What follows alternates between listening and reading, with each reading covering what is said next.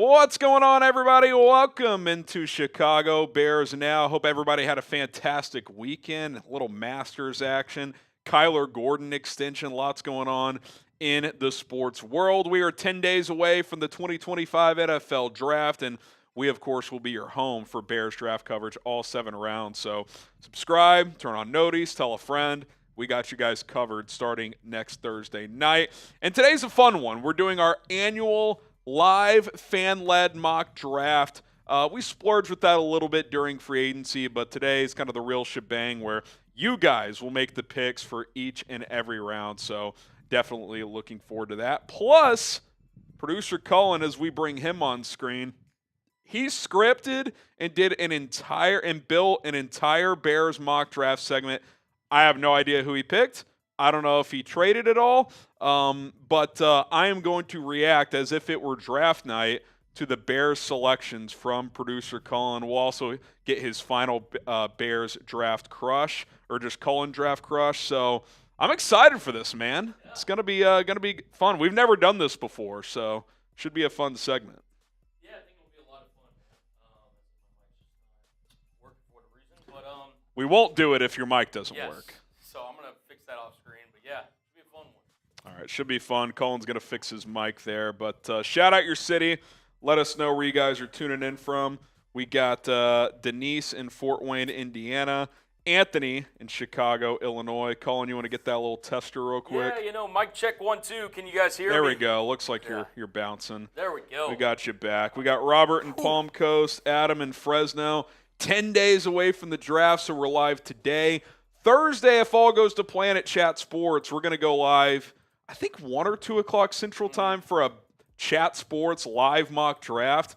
We're going to be live on all of our NFL team channels, or at least most of them, and I think we're going to do a little 3-round tested mock draft with our NFL draft graphics as well, so you guys will get a sneak peek look at those, so that'll be a lot of fun. But we'll have that live show, and then next Monday will be our last live show before the draft on Thursday. So plenty to look forward to here on Bears Now. Lots of draft content over the next couple of weeks, really through the following Sunday, because that'll be our undrafted free agency signing coverage as well. So lots to come, including today. But first, got to tell you guys about a couple of sponsors. We start with our friends over at Game Time. The NBA playoffs are here. Tons of memories over the years. I've been to a couple of NBA playoff games, and the atmospheres are absolutely electric. And listen, you want to go watch the Bulls take on the Heat in the play-in tournament on Wednesday night,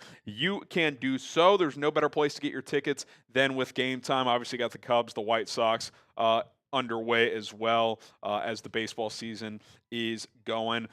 Get started, create an account, use promo code CHATSPORTS to get $20 off your first purchase only. Terms do apply. Plenty of benefits using Game Time, including waiting till the day of, even just hours before the event. Sometimes those ticket prices go down, and Game Time's going to get you the best price available. Code CHATSPORTS, $20 off your first purchase only. Terms apply at purchase. Also, we're sponsored by Rocket Money. Listen, when it comes to spending, sometimes out of sight, out of mind. Oh, you're buying coffee 5 days a week. Oh, you've got all these subscriptions you're paying for. Oh, it's cheap, right? It's only $8 here, $15 there. Well, it adds up after a while, and if you're looking to scale back on your spending, create an account with Rocket Money. Sync up your bank account. It's completely safe.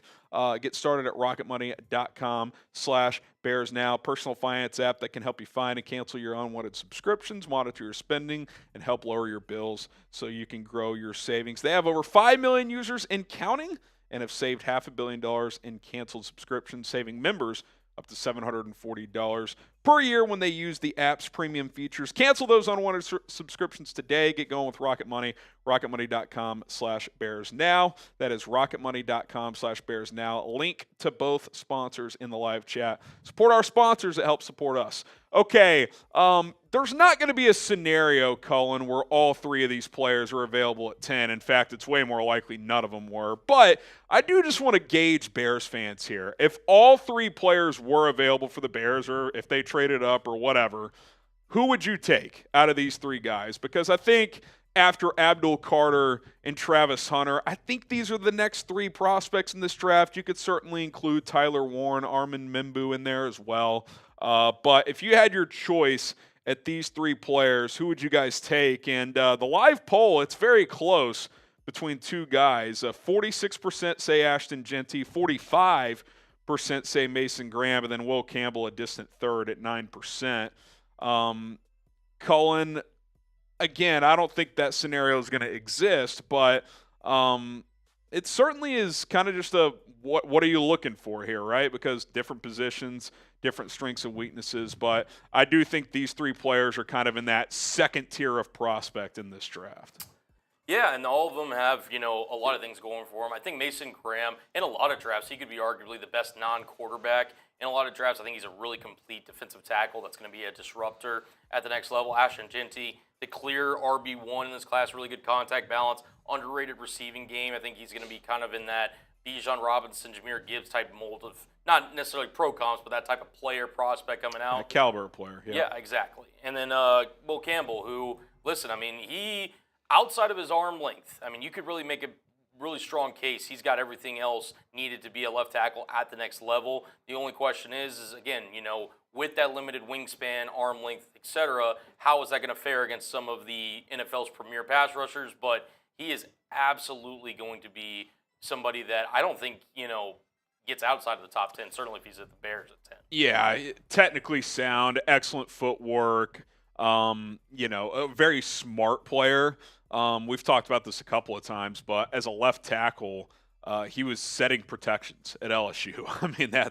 That's pretty unheard of for a non-center and, offensive lineman in general at the college level. So very, intelligent player, can identify what defenses are doing. So, you could justify any of these 3 players. I do think I would debate between Graham and Jeanty based for the Bears right now. Overall for the draft, you could debate it. I would still have Graham as the top guy probably, especially when you factor in positional value. These teams are just – they're salivating for these interior defensive linemen now. It's kind of like the new trend in the NFL. Can we find an interior disruptor? Because most quarterbacks, even really athletic ones, will tell you, pressure in your face is the last thing you want to see. If they're coming from an angle, it's easier. You can either step up or you can kind of step back and around. If they're coming in your face, you either have to stand in there and take the bullet and deliver the ball, or you have to escape out, and if there's pressure off the edge as well, there's nowhere to go. So,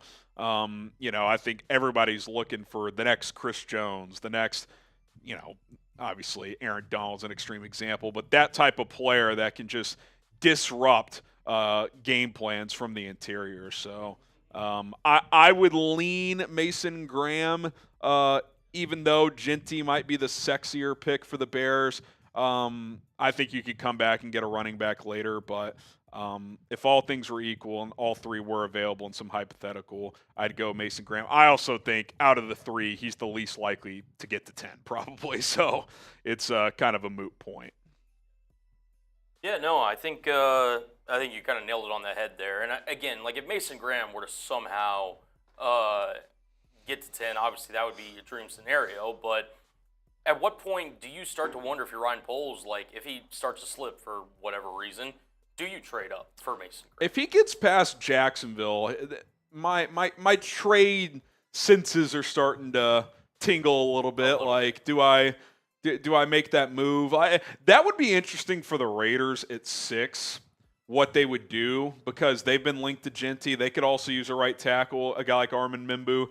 If they have the choice at Graham, Jeanty, or Armin Mimbu, I think that's a pretty interesting debate. I think Graham's the best player, but they also – people forget the Raiders have Christian Wilkins. He was hurt last year, but they've paid him a lot of money. So, would you double down there with Mason Graham? Would you take Jeanty? Would you go Mimbu? So the Raiders would kind of be in a pretty good position there. Maybe they would consider a trade, thinking they could come back and get one of those players a few picks later. So that would certainly be interesting to see if that played out as well. So 100%.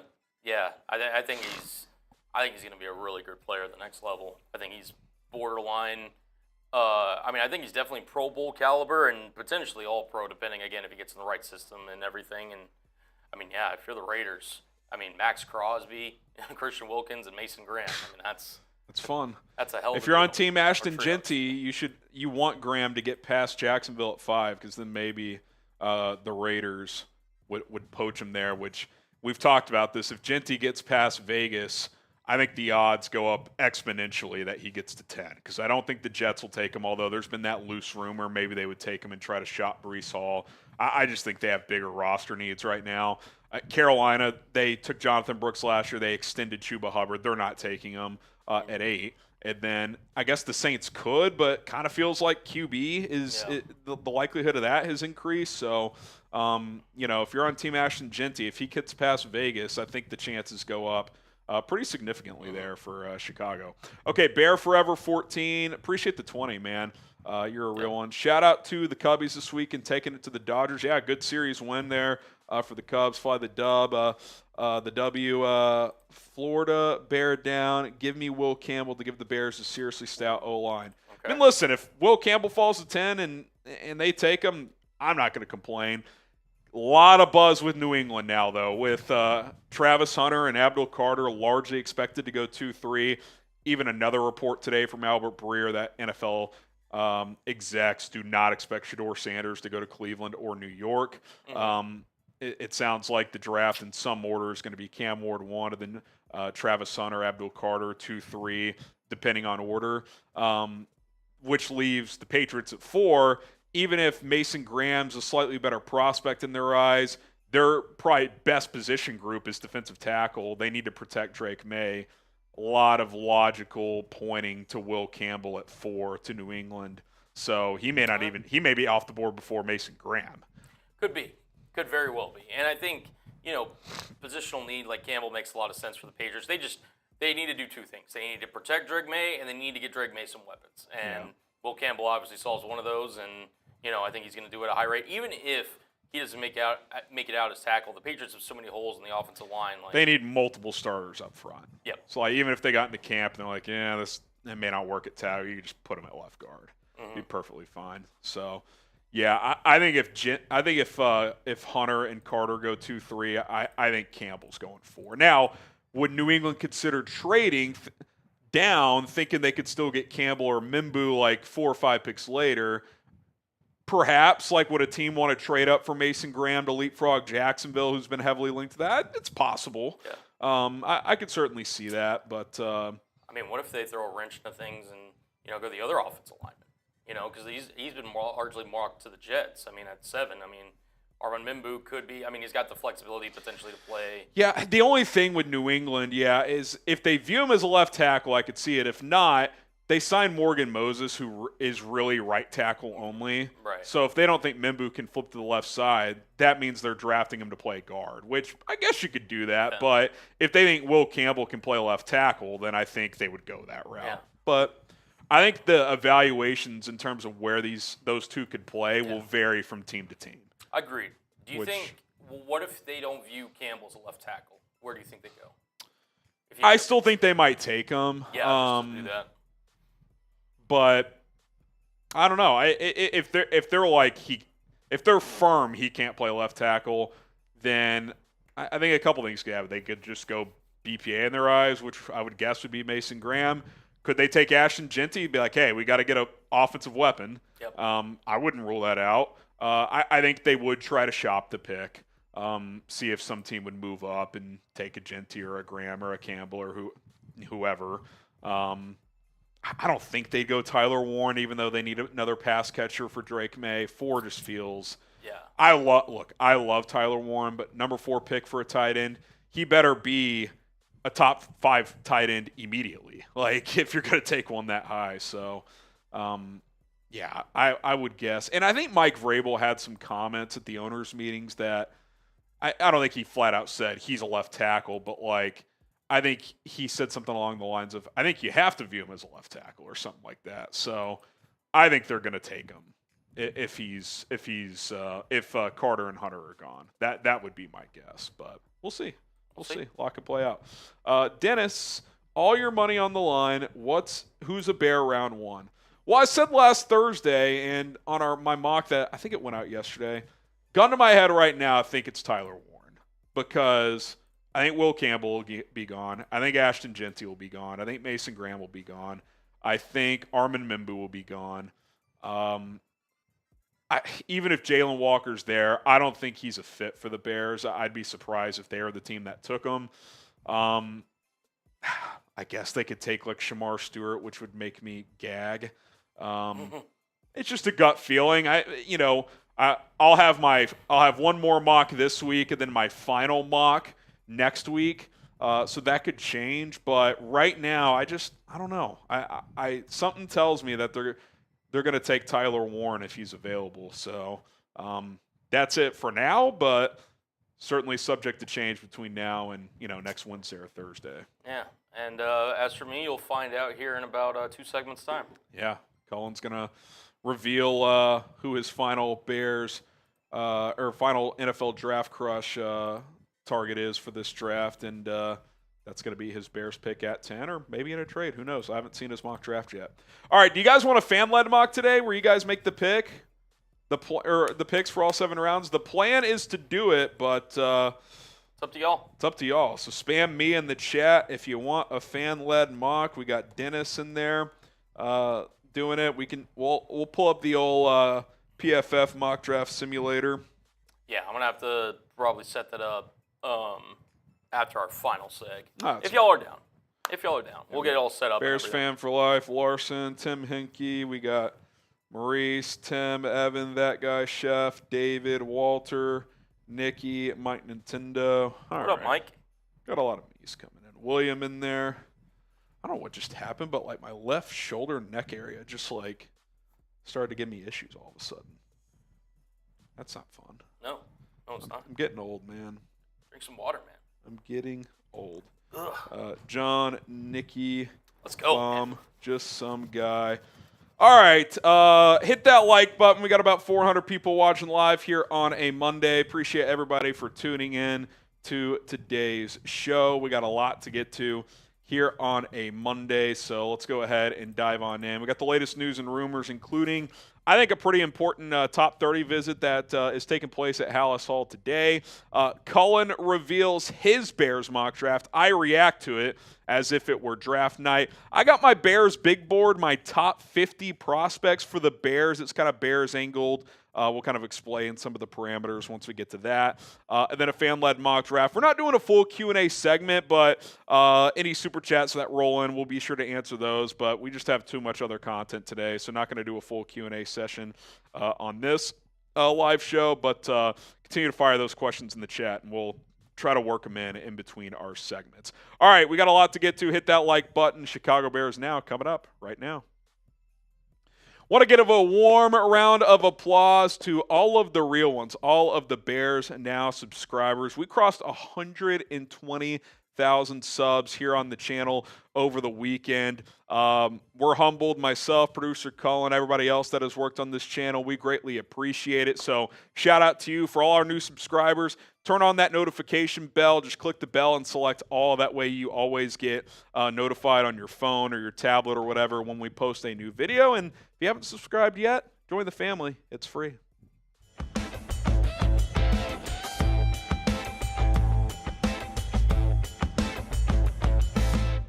This is Bears Now by Chat Sports. I'm Harrison Graham. Omarion Hampton, the North Carolina running back, is at Halas Hall today, taking a top 30 draft visit, as you can see on his Instagram story right there. It was confirmed by other reporters as well, like Jordan Schultz and others.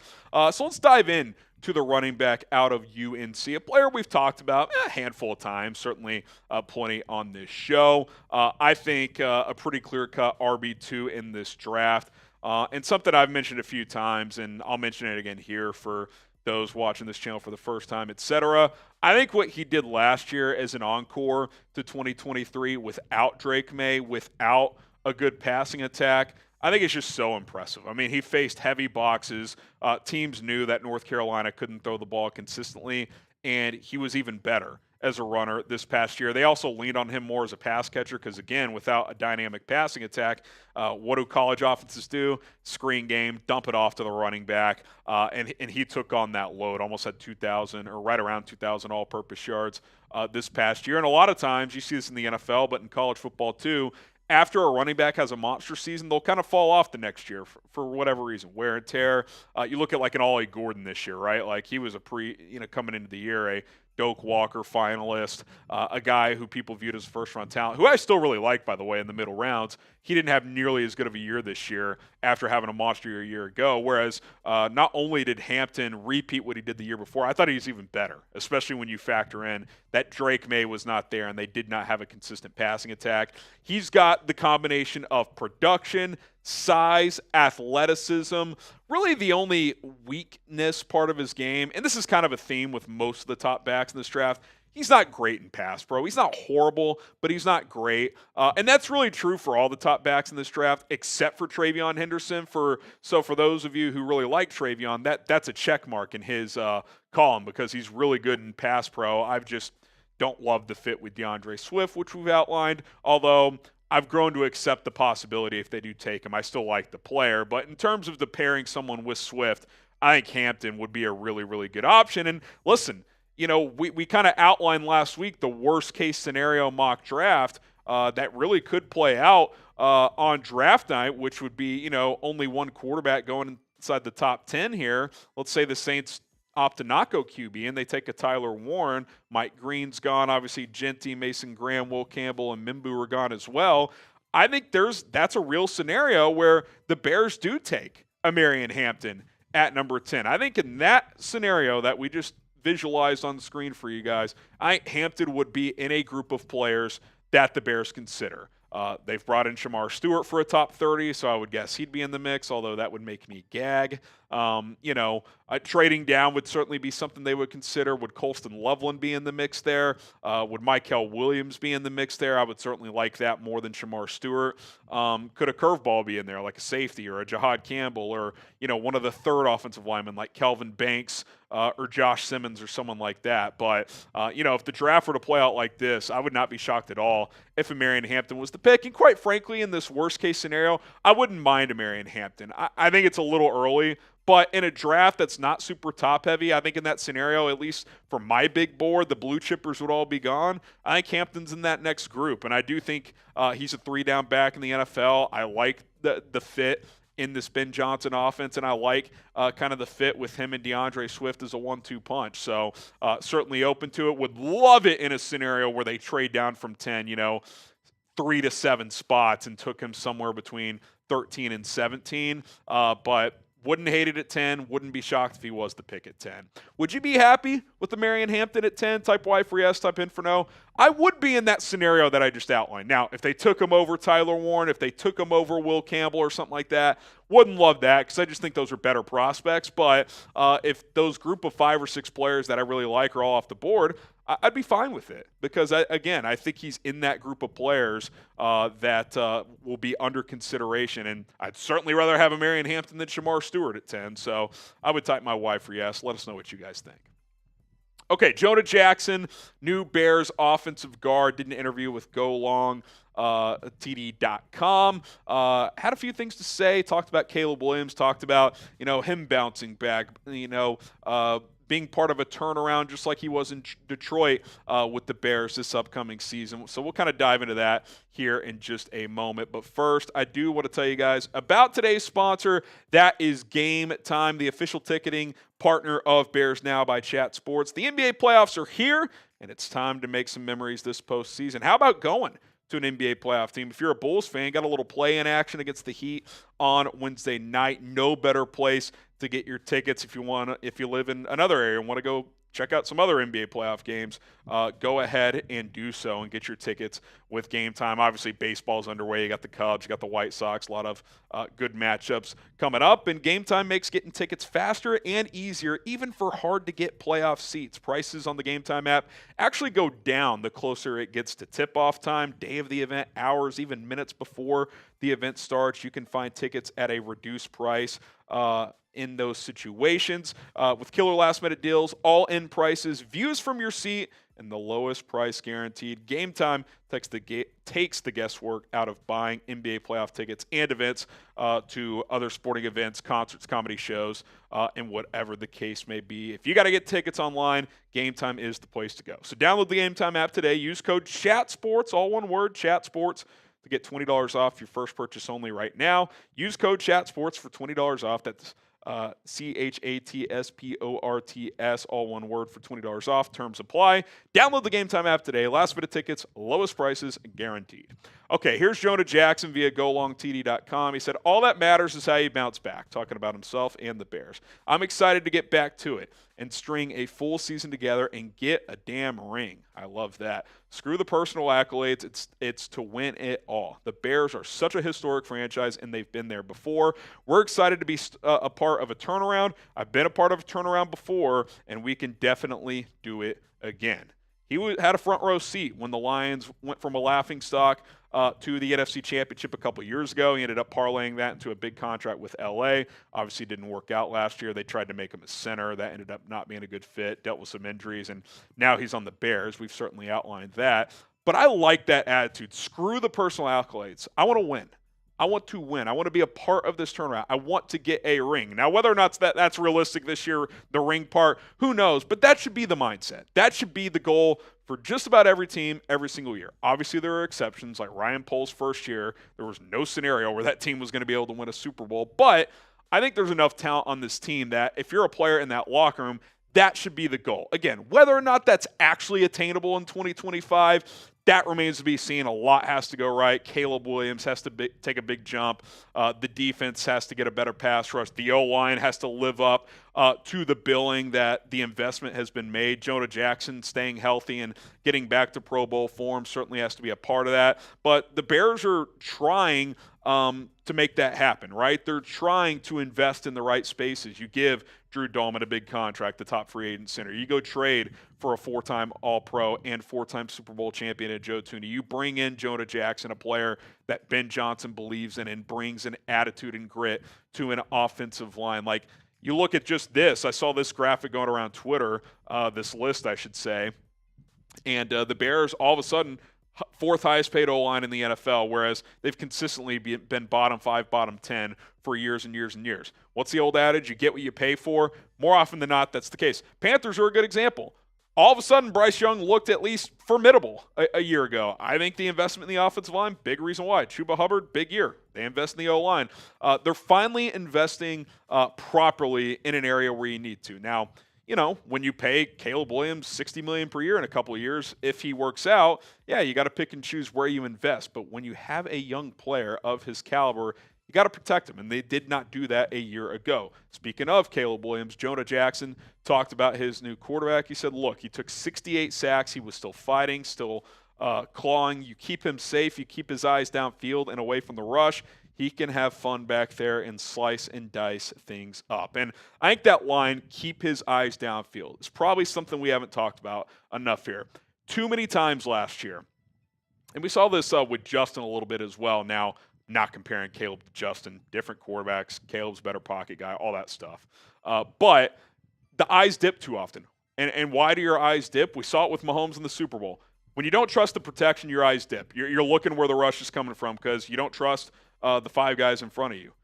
You're not going to say that out loud. Caleb said all the right things last year, but when you don't trust the protection, your eyes start to dip as a quarterback, and you miss opportunities. And look, in the NFL, you got 2.5, if you're lucky, 3 seconds to deliver the football to a receiver. If your eyes are dipping 2 seconds in, you got no shot from play to play. So investing in the trenches, keeping those eyes downfield, going through your progressions in year 2 here for Caleb after learning this system, which obviously is going to take some time, is going to be huge. And if he can trust those guys up front, the Jonah Jacksons, the Joe Thuneys of the world, especially on the interior, quarterbacks will always say, man, that interior rush, that really can throw QBs off. They'd much rather face pressure off the edge. That's why they added 3 new starters on the interior. If that group can be sound, then there's no reason why Caleb Williams can't make major leaps in year 2 in the NFL and in year 1 under Ben Johnson.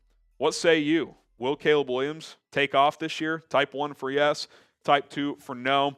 takeoff's a, kind of one of a vague phrase. Like, will he get to where we were hoping he would be when we drafted him number 1, when the Bears invested him? I think that's possible. Now, does that mean he's an MVP guy this year? Probably not, but, top 12 quarterback, maybe top 10. He's got the talent. The pieces are starting to be formed around him. They got the best offensive coach out there. Assuming they add a good running back and can run the football, while we got to give it some time, it's kind of going to be on Caleb at that point. So big year coming up for number 18, and I don't see why it can't be a big year for him. All right, appreciate everybody for tuning in to this episode of Chicago Bears Now. 10 days away from the NFL draft. This is the channel to be for all Bears coverage. Be sure to hit that subscribe button and join the 120,000 strong here on Bears Now. Okay. Get a few shout-outs here. Wally, Larson's Bro, Tim Nolan, Harley Bantz, Maurice Thompson, Ziganji, all type in one. Alan, Benjamin, Andy, Jim, Tim. Slayman says if Caleb doesn't take over by the season ending, the Bears have to be looking at drafting someone next year. I mean, it all depends, right? I think it would take a lot for the Bears to punt on Caleb after 2 years, especially just 1 year into Ben Johnson's season. I think the only way that would happen, and feel free to weigh in, Colin, is if somehow he regressed from last year. If they made all this investment and he was either the same or worse, that would be a red flag. Yep. But if he showed improvements and maybe he's not a top 10 guy, but he's at least the 15th best, I don't think they're punting 2 years in. Right. When you take a guy number 1 overall, I mean, the Panthers are still giving Bryce Young. The Colts are giving Anthony Richardson an opportunity. It would take a lot for them to punt on a guy 2 years in. So I would be pretty surprised. But, I mean, if it went really south and he was just awful this year, anything's possible. But yep. certainly we'd be surprised by that. And obviously do not think it'll happen and certainly don't hope it doesn't happen. Isaac, Hunter Wohler at 72, he's the Wisconsin guy. He's more of a day 3 guy. Special teamer probably with the chance to develop as a safety, but I don't think he's a second round pick. I think he's a day 3 pick. So, agreed. But hey, Bears could maybe take. We'll take a safety at some point, I think. Yeah. All right, Colin. Before we get into this, Yep. You kind of want to explain. Oh, we'll explain it in the cut. Kind of what we did there. What we got coming up here. Cullen put together his Bears mock draft, and that includes his final draft crush, which is who the Bears will take at 10 or in a trade up or down. I'm not sure how he did this. I have no idea what he did. I have no idea who he took. He scripted this segment and built it on his own outside of the document that I work out of every single show. So I have no idea what's coming. I'm going to be reacting to his picks as if it were draft night. So should be a lot of fun here. Cullen's mock draft coming up. And if you guys want to guess in the comments who Cullen has the Bears taking with their first pick, go ahead and fire away, and let's dive into it right now.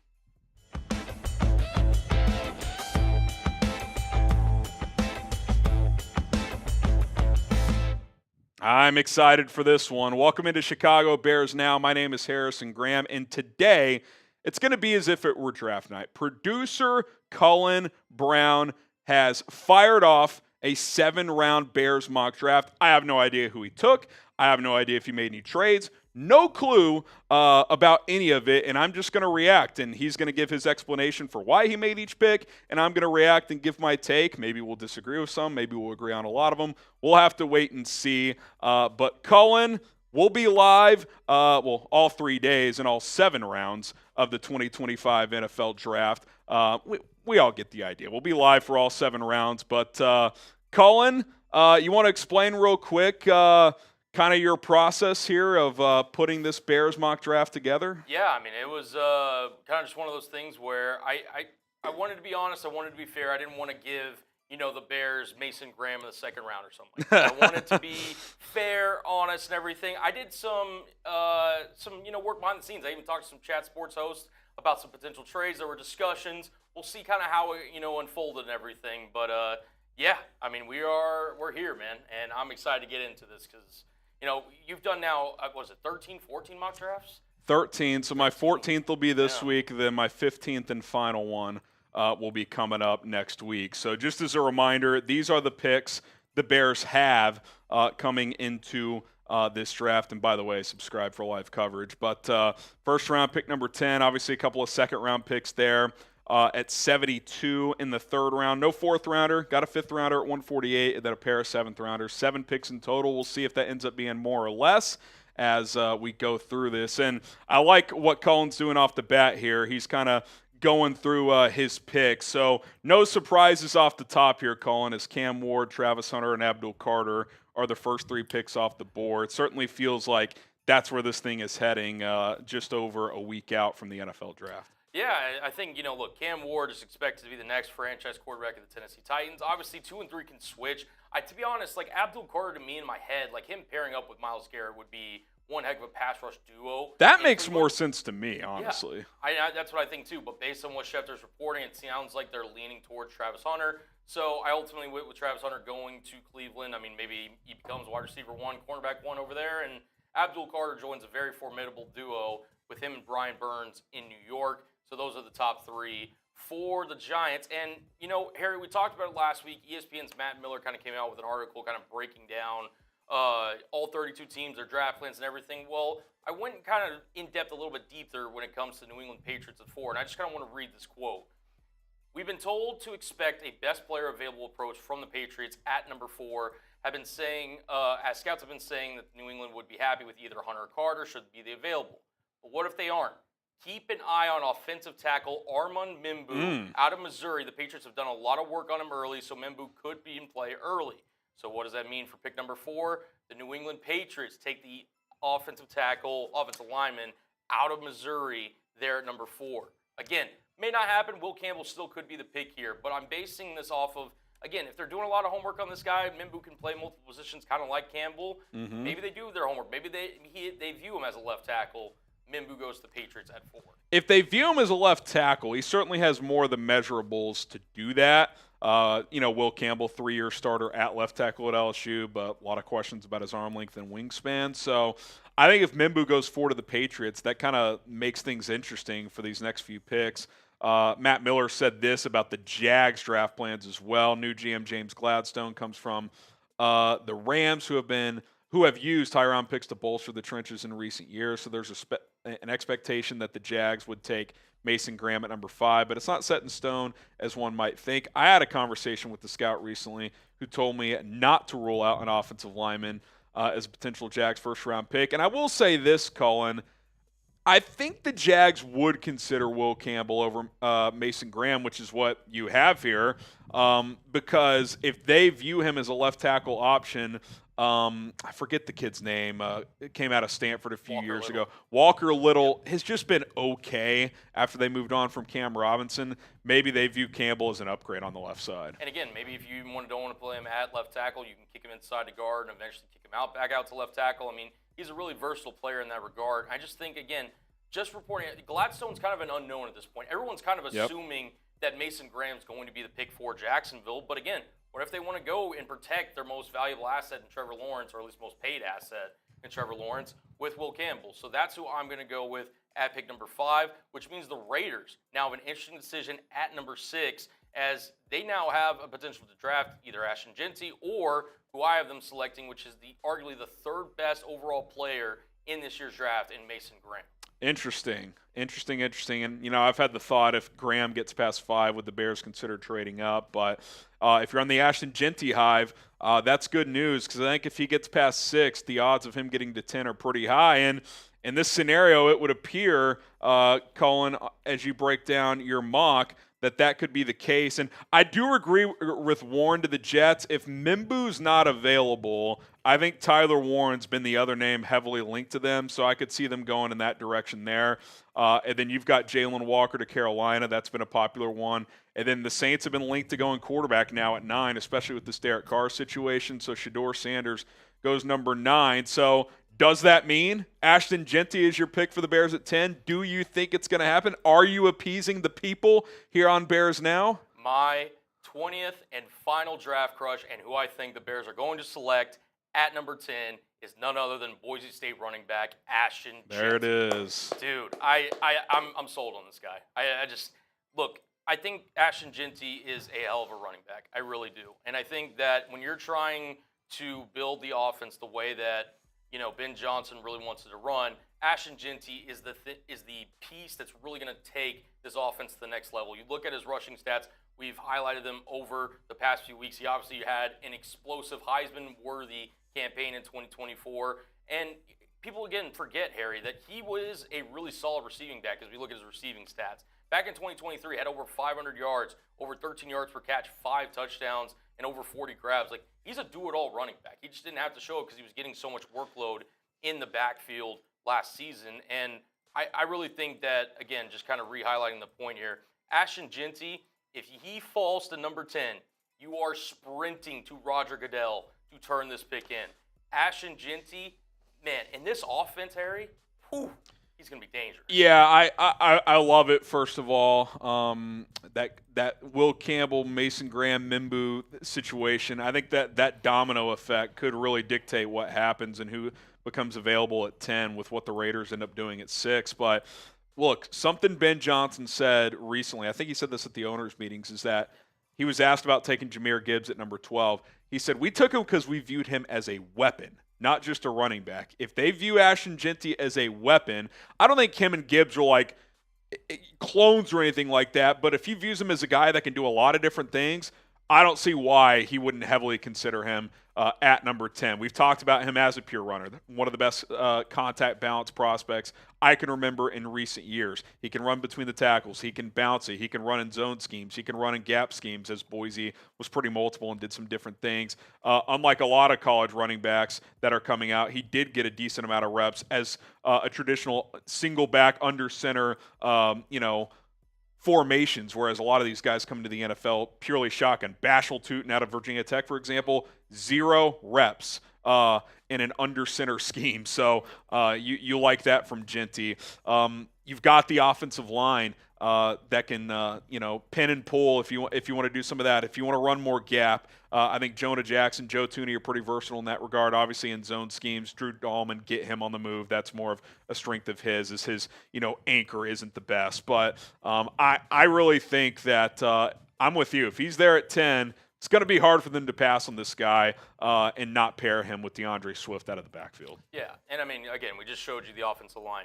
It's almost like the Bears really just laid the foundation. First, you go, get Ben Johnson. Then you go trade for Jonah Thuney. Then you go trade for Jonah Jackson. You go out and sign Drew Dahlman. You laid the foundation. It's almost like, and again, you could speak to this as a homeowner. It's almost like you just paved your driveway, like you made it, a nice, fresh, even coat, and you're about to roll out a car. Do you really want that car to be kind of the car that you've had since high school that's probably got 200,000 miles on it? Or do you want that brand new car, the best car looking on the lot? That's going to be Ashton Jeanty, man. Yeah. I think Ashton Jeanty, and to your credit, and I love the fact that you use this kind of term because this is kind of what I titled this next graphic. Again, Bears projected weapons. Look at this offense. Look at it, man. That's something Bears fans can get excited about.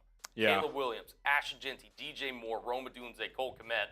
Like, you have balance all across the board. And again, that's not even including DeAndre Swift, who can give some spell to Jeanty in the pass receiving game. This is the dream, I think, for me, and I think for a lot of Bears fans as well. I have Ashton Jeanty as my draft crush going to the Bears at number 10 overall.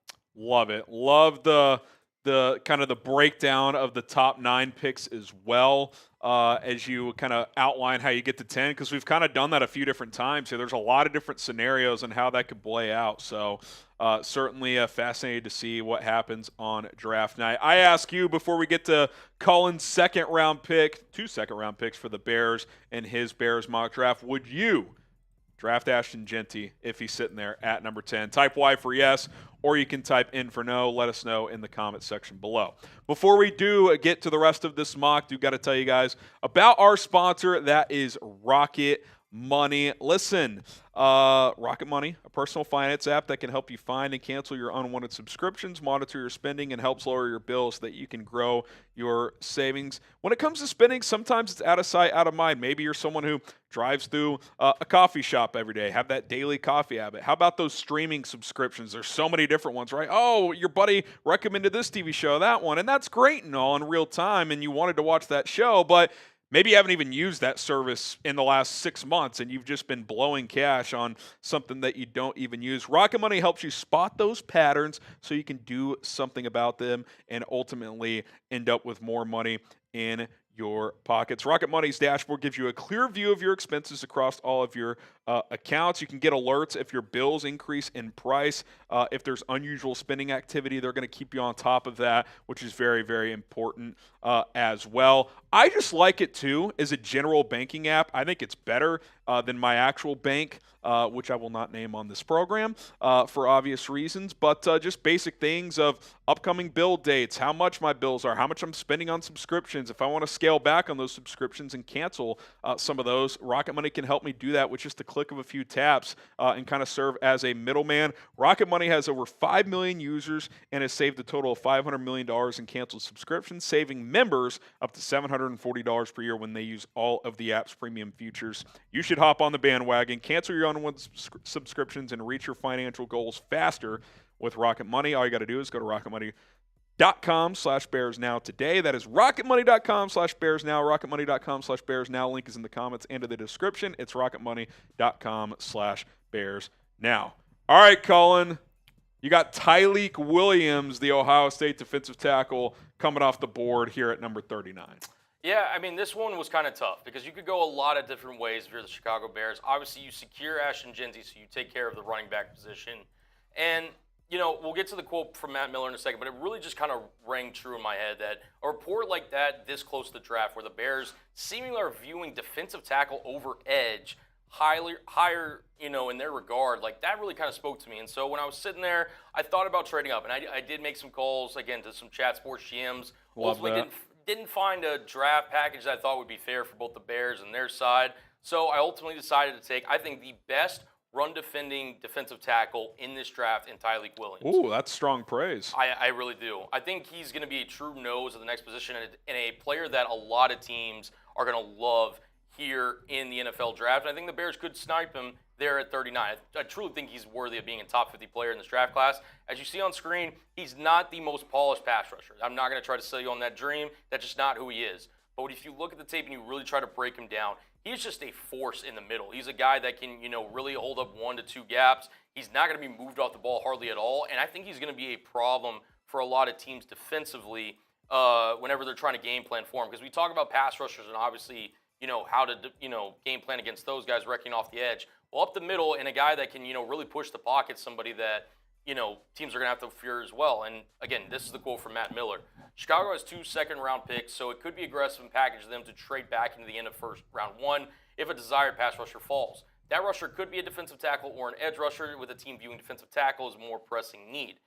That to me, like, I'm, you know, if we're calling, doing the old Jay Cutler rumor meter, like, I'm believing that truth. Like, there's some smoke to this fire, I believe.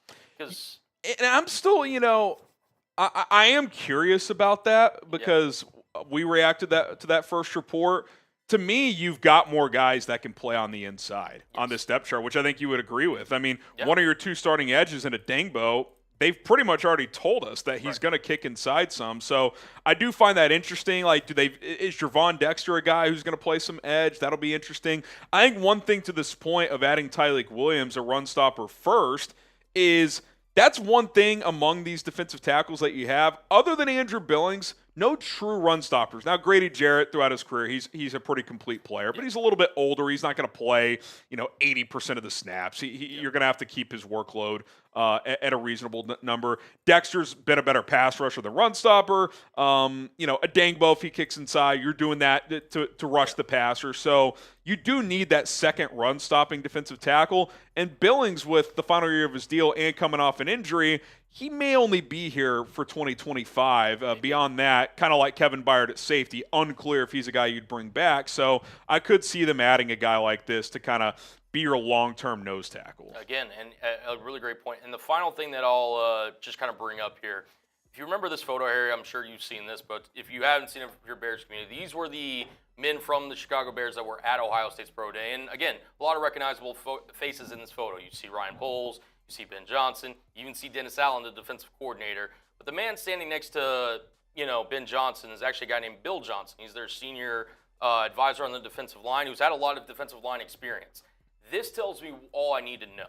Because, again, Ohio State, we highlighted in a previous video, there's like 8 draft picks that they could have been scouting there. The fact that 2 defensive guys, one of them being a defensive line specialist, again, they could go JT Tuamaloau here, which you've highlighted in previous mocks. I think he's definitely an option here. Yep. But Tyleik Williams, again, with that report with Matt Miller, that's just kind of where my headspace is when it comes to who the Bears could select. I like the dots you're connecting there. And one thing I'll add about Bill Johnson, longtime defensive line coach in the NFL with the Saints and with others.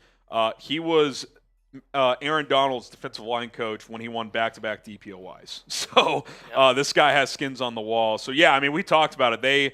They were packing heat, the Bears were, at the Ohio State Pro Day. They had 6 or 8 of their top lieutenants there. So a lot of Buckeye talent in this draft, Tyleik Williams being one of those players.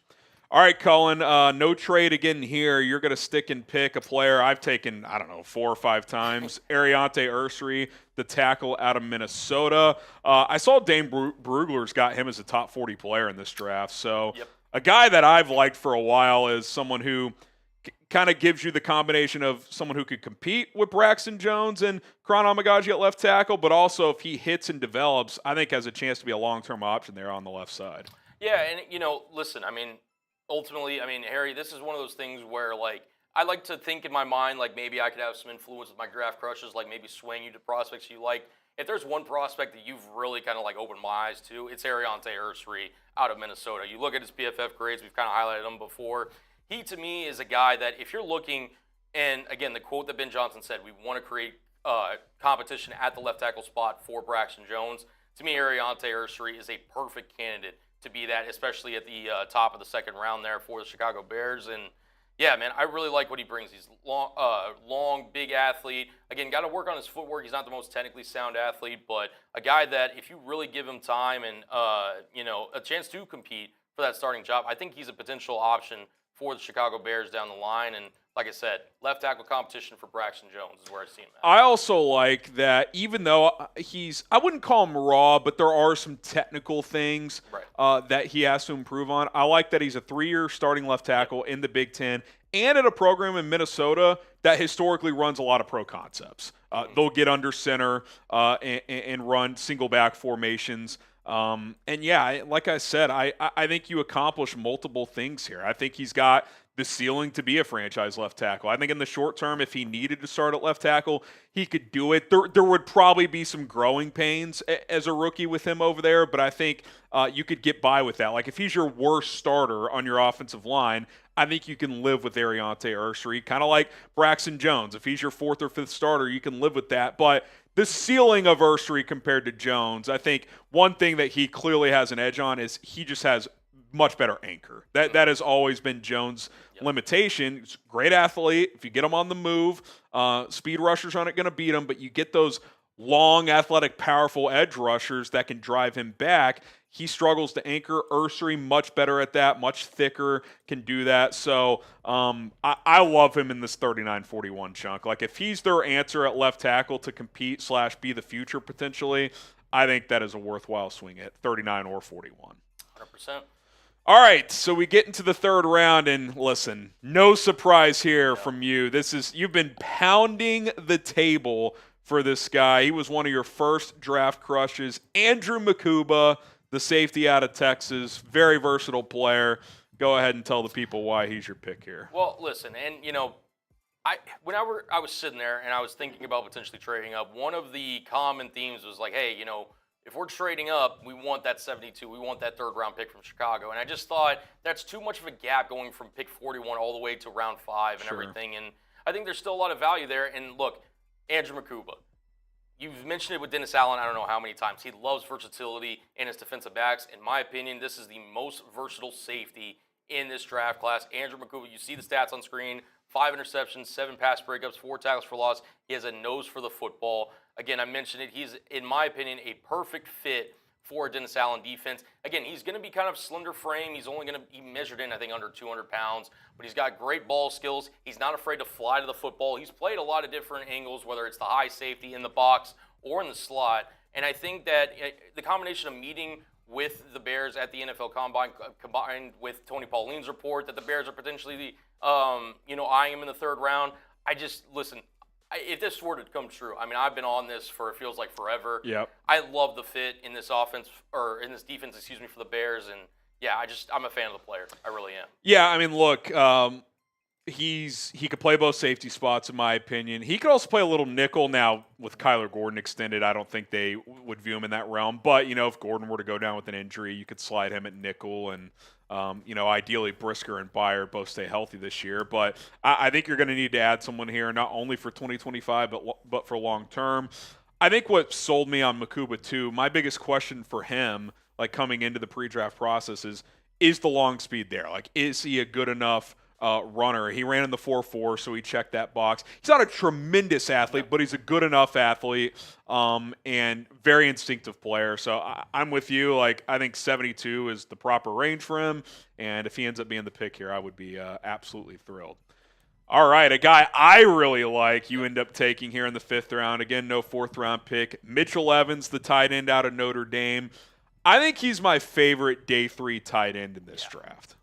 Yeah, I mean, he really stood out to me. And again, I'll just kind of flash his production on screen here.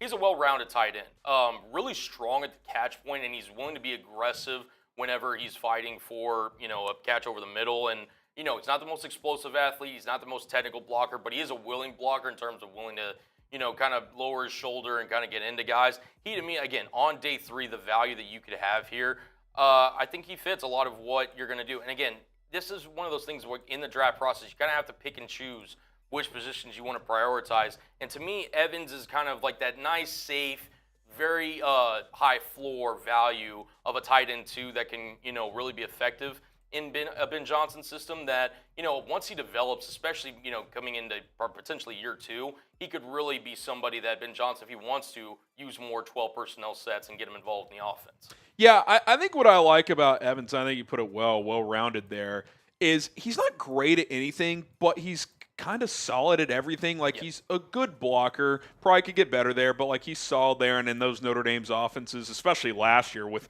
the QB run game with Leonard, they use their tight ends to block a lot. He has soft hands, not many drops.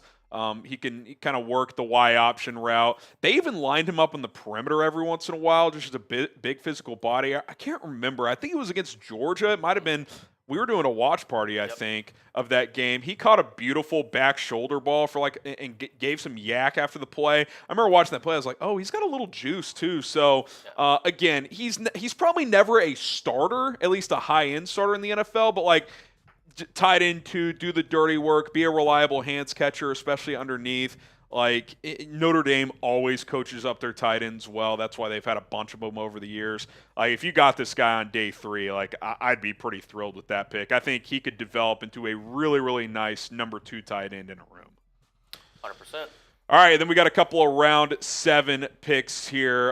Cam Medrano, the linebacker at UCLA. I think the Bears would potentially like to get a linebacker earlier, especially if they're able to trade down. But if not, you'd like to add somebody to the room. And one thing he has is a pretty good athletic profile, Cullen. Yeah, 9.83 relative athletic score. Ran the fastest 40-yard dash out of every linebacker that tested at the NFL Combine, so he has the speed there. I believe he did actually meet with the Bears at the NFL Combine, so he has that connection there. Okay. I'd have to double check. I can't remember. Yeah. He has special team experience, has almost 600 career snaps on special teams, so he's a guy that, again, on day 3, you can ask him to do that. And, look, the athletic profile's there. He's kind of, a bull in a china shop at sometimes. I mean, he kind of runs with his head cut off, but he's a really fun athlete. And, again, if somebody can get the right coaching and really kind of hone us in and really harness his, ability along with technique and, being able to read offenses and what they're doing, I think he could be a really interesting day 3 selection for the Chicago Bears. And look, my philosophy when you get late into the draft is go one of 2 ways. Take someone who's a really good athlete and hope you can develop them, or take someone who's really good at like one thing, right? Like, because that's typically what you're debating between late in the draft. Is, oh, this guy is good at this thing, but he's not really good at anything else. Or it's someone like this who maybe he's not the best player, he's not developed right now, and maybe it's 50-50 at best that he actually can develop, but he's got the profile. If you think he can play on special teams, at least he can contribute in that regard early on. And then a guy I've taken a lot, you're going to double down here as well, Elijah Badger out of Florida. I'm kind of surprised he's not getting like more like 4th, 5th round love. I saw Dane Brugler had him as a 7th round grade as well. Yep. 4.4s, pretty good production at 2 different schools.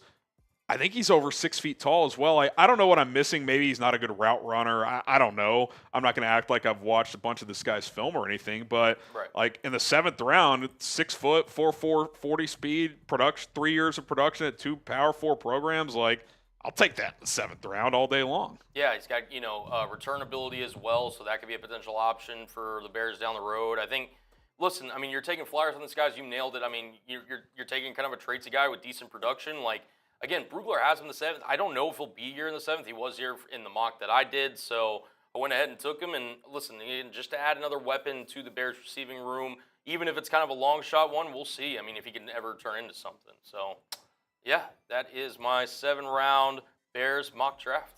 All right, just to recap, Cullen's Bears mock draft. He does have Ashton Jeanty falling to 10.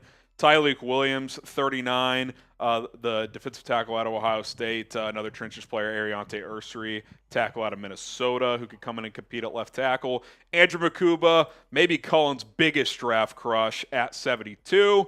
Mitchell Evans, a guy I really like in the 5th round, the tight end out of Notre Dame. Then a couple of good athletes in the 7th round, Kane Madrino and Elijah Badger, the linebacker out of UCLA, and the receiver out of Florida.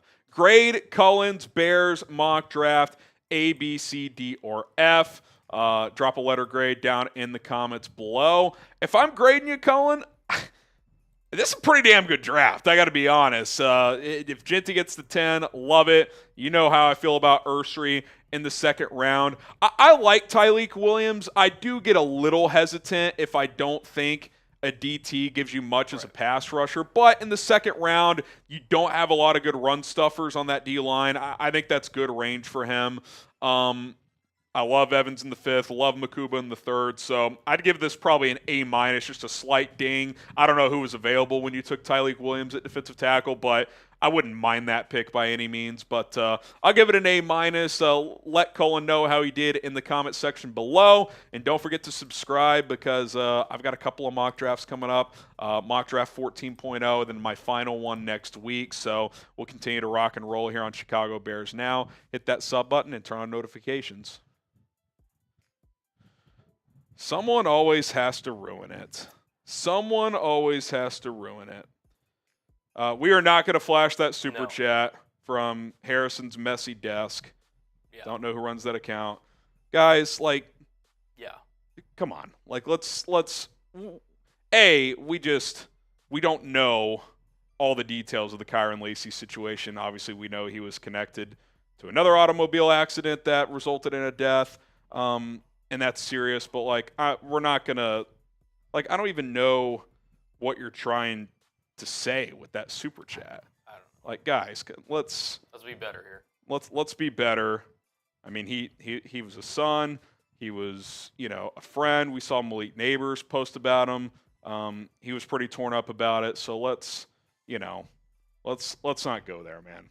Let's not go there. So not going to flash that super chat. Yeah. Not going to block you from the channel, Harrison's messy desk, but let's be better. Let's be better than that. All right, Desmond Watson at 72. Listen, you want to take him at 240? I'm down. Go for it. But in all likelihood, I think he'll be a UDFA for some team. Yeah, but appreciate it, guys. Again, I ultimately decided I was just like I can't do trades for my first mock draft. You got to keep it, as the picks are. Again, do I think Ryan Bowles could potentially trade up? I do, and to be honest, the problem that I had too was trying to find a trade, but also again getting that value back to where how far can you trade into the first round while also getting potentially a 3rd or a 4th round stemming back. That gap. I mean, you almost certainly would have to give a pick next year to do that. Like if they traded up to like 25, you trade in like 39 or 41 plus like a third next year or something like that. Maybe you're doing something like that. So, yeah. No, I liked your mock. I thought it was a good one. And I don't even dislike the Tyleek one. I think it's such a good defensive tackle draft that like I'd rather have it one tech who can give some pass rush ability. And look, maybe he develops into that in the NFL. You never know. He's a hell of a run. Do you like him more than Kenneth Grant as a run stopper? Really? You think he's that good? Wow. I think Brugler said it as well too, that he thinks he's the best run defender in this class. Like if you're telling me you're getting the best run defender, like if you're the best at what you do, like you don't need to rush the passer. That's what other players are for. So he to me like a guy that's kind of like a lesser version of Tyleek Williams is the kid from Maryland. I'm blanking on his name. Phillips. Yes. Phillips to me is kind of again really good run defender and everything, but there will be times where Phillips will like get blocked out of a play or like kind of isolated to where like if you're running kind of at him, you can kind of like isolate him a little bit. Tyleek Williams is literally just like, no, I'm here and you're dealing with me. So again, because of the pass rush limitations, he's not a first round pick, and I'm not claiming that he should be. Yeah. But like he is a really high floor, really good run defender that coaches are going to love. Yeah. And I think that he could be a potential target for the Bears in day 2. Yeah, I like the dots you're connecting there too with the Miller reporting, with what's his name being there at the Bill Johnson. Pro Day, Bill Johnson as well. Yeah. So yeah, that's definitely intriguing. So, all right. So what we're gonna do next is I've got my Bears Now big board. I did top 20 last year. Let's ramp it up. The Bears have 3 picks in the top 50. Top 50 prospects for me when it comes to the Chicago Bears. We'll kind of outline some parameters here. Then stay tuned. Coming up in 15 minutes, we will do a live fan-led mock draft. So we got plenty to come here on Chicago Bears Now. So continue to rock with us.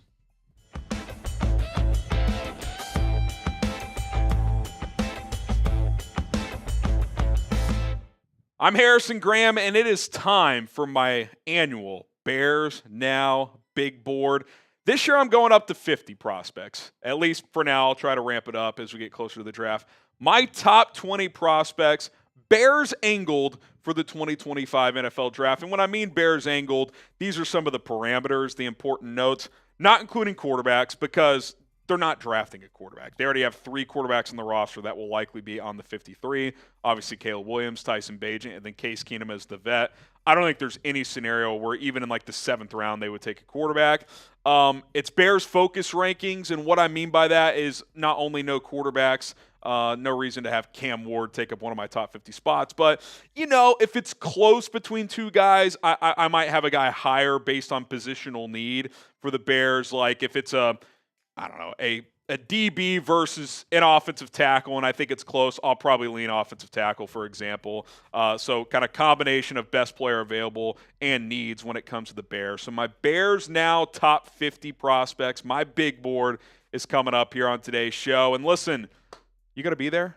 You got to show up on draft night, Thursday, Friday, and Saturday night. If you're joining us live for our Bears Now draft coverage, all 7 rounds, hit that like button. I want to know that you're there. I want to know that you're there. I want to know that you're there, LaCora. I know you're watching. Hit that like button if you're going to join us on draft night. Okay, rapid fire for the most part, but we'll spend some time on some of these guys. Abdul Carter, look, there's no chance he gets to 10, but, if he slid a little bit and some trade became available, I think for the Bears, he's my number 1 player in this draft.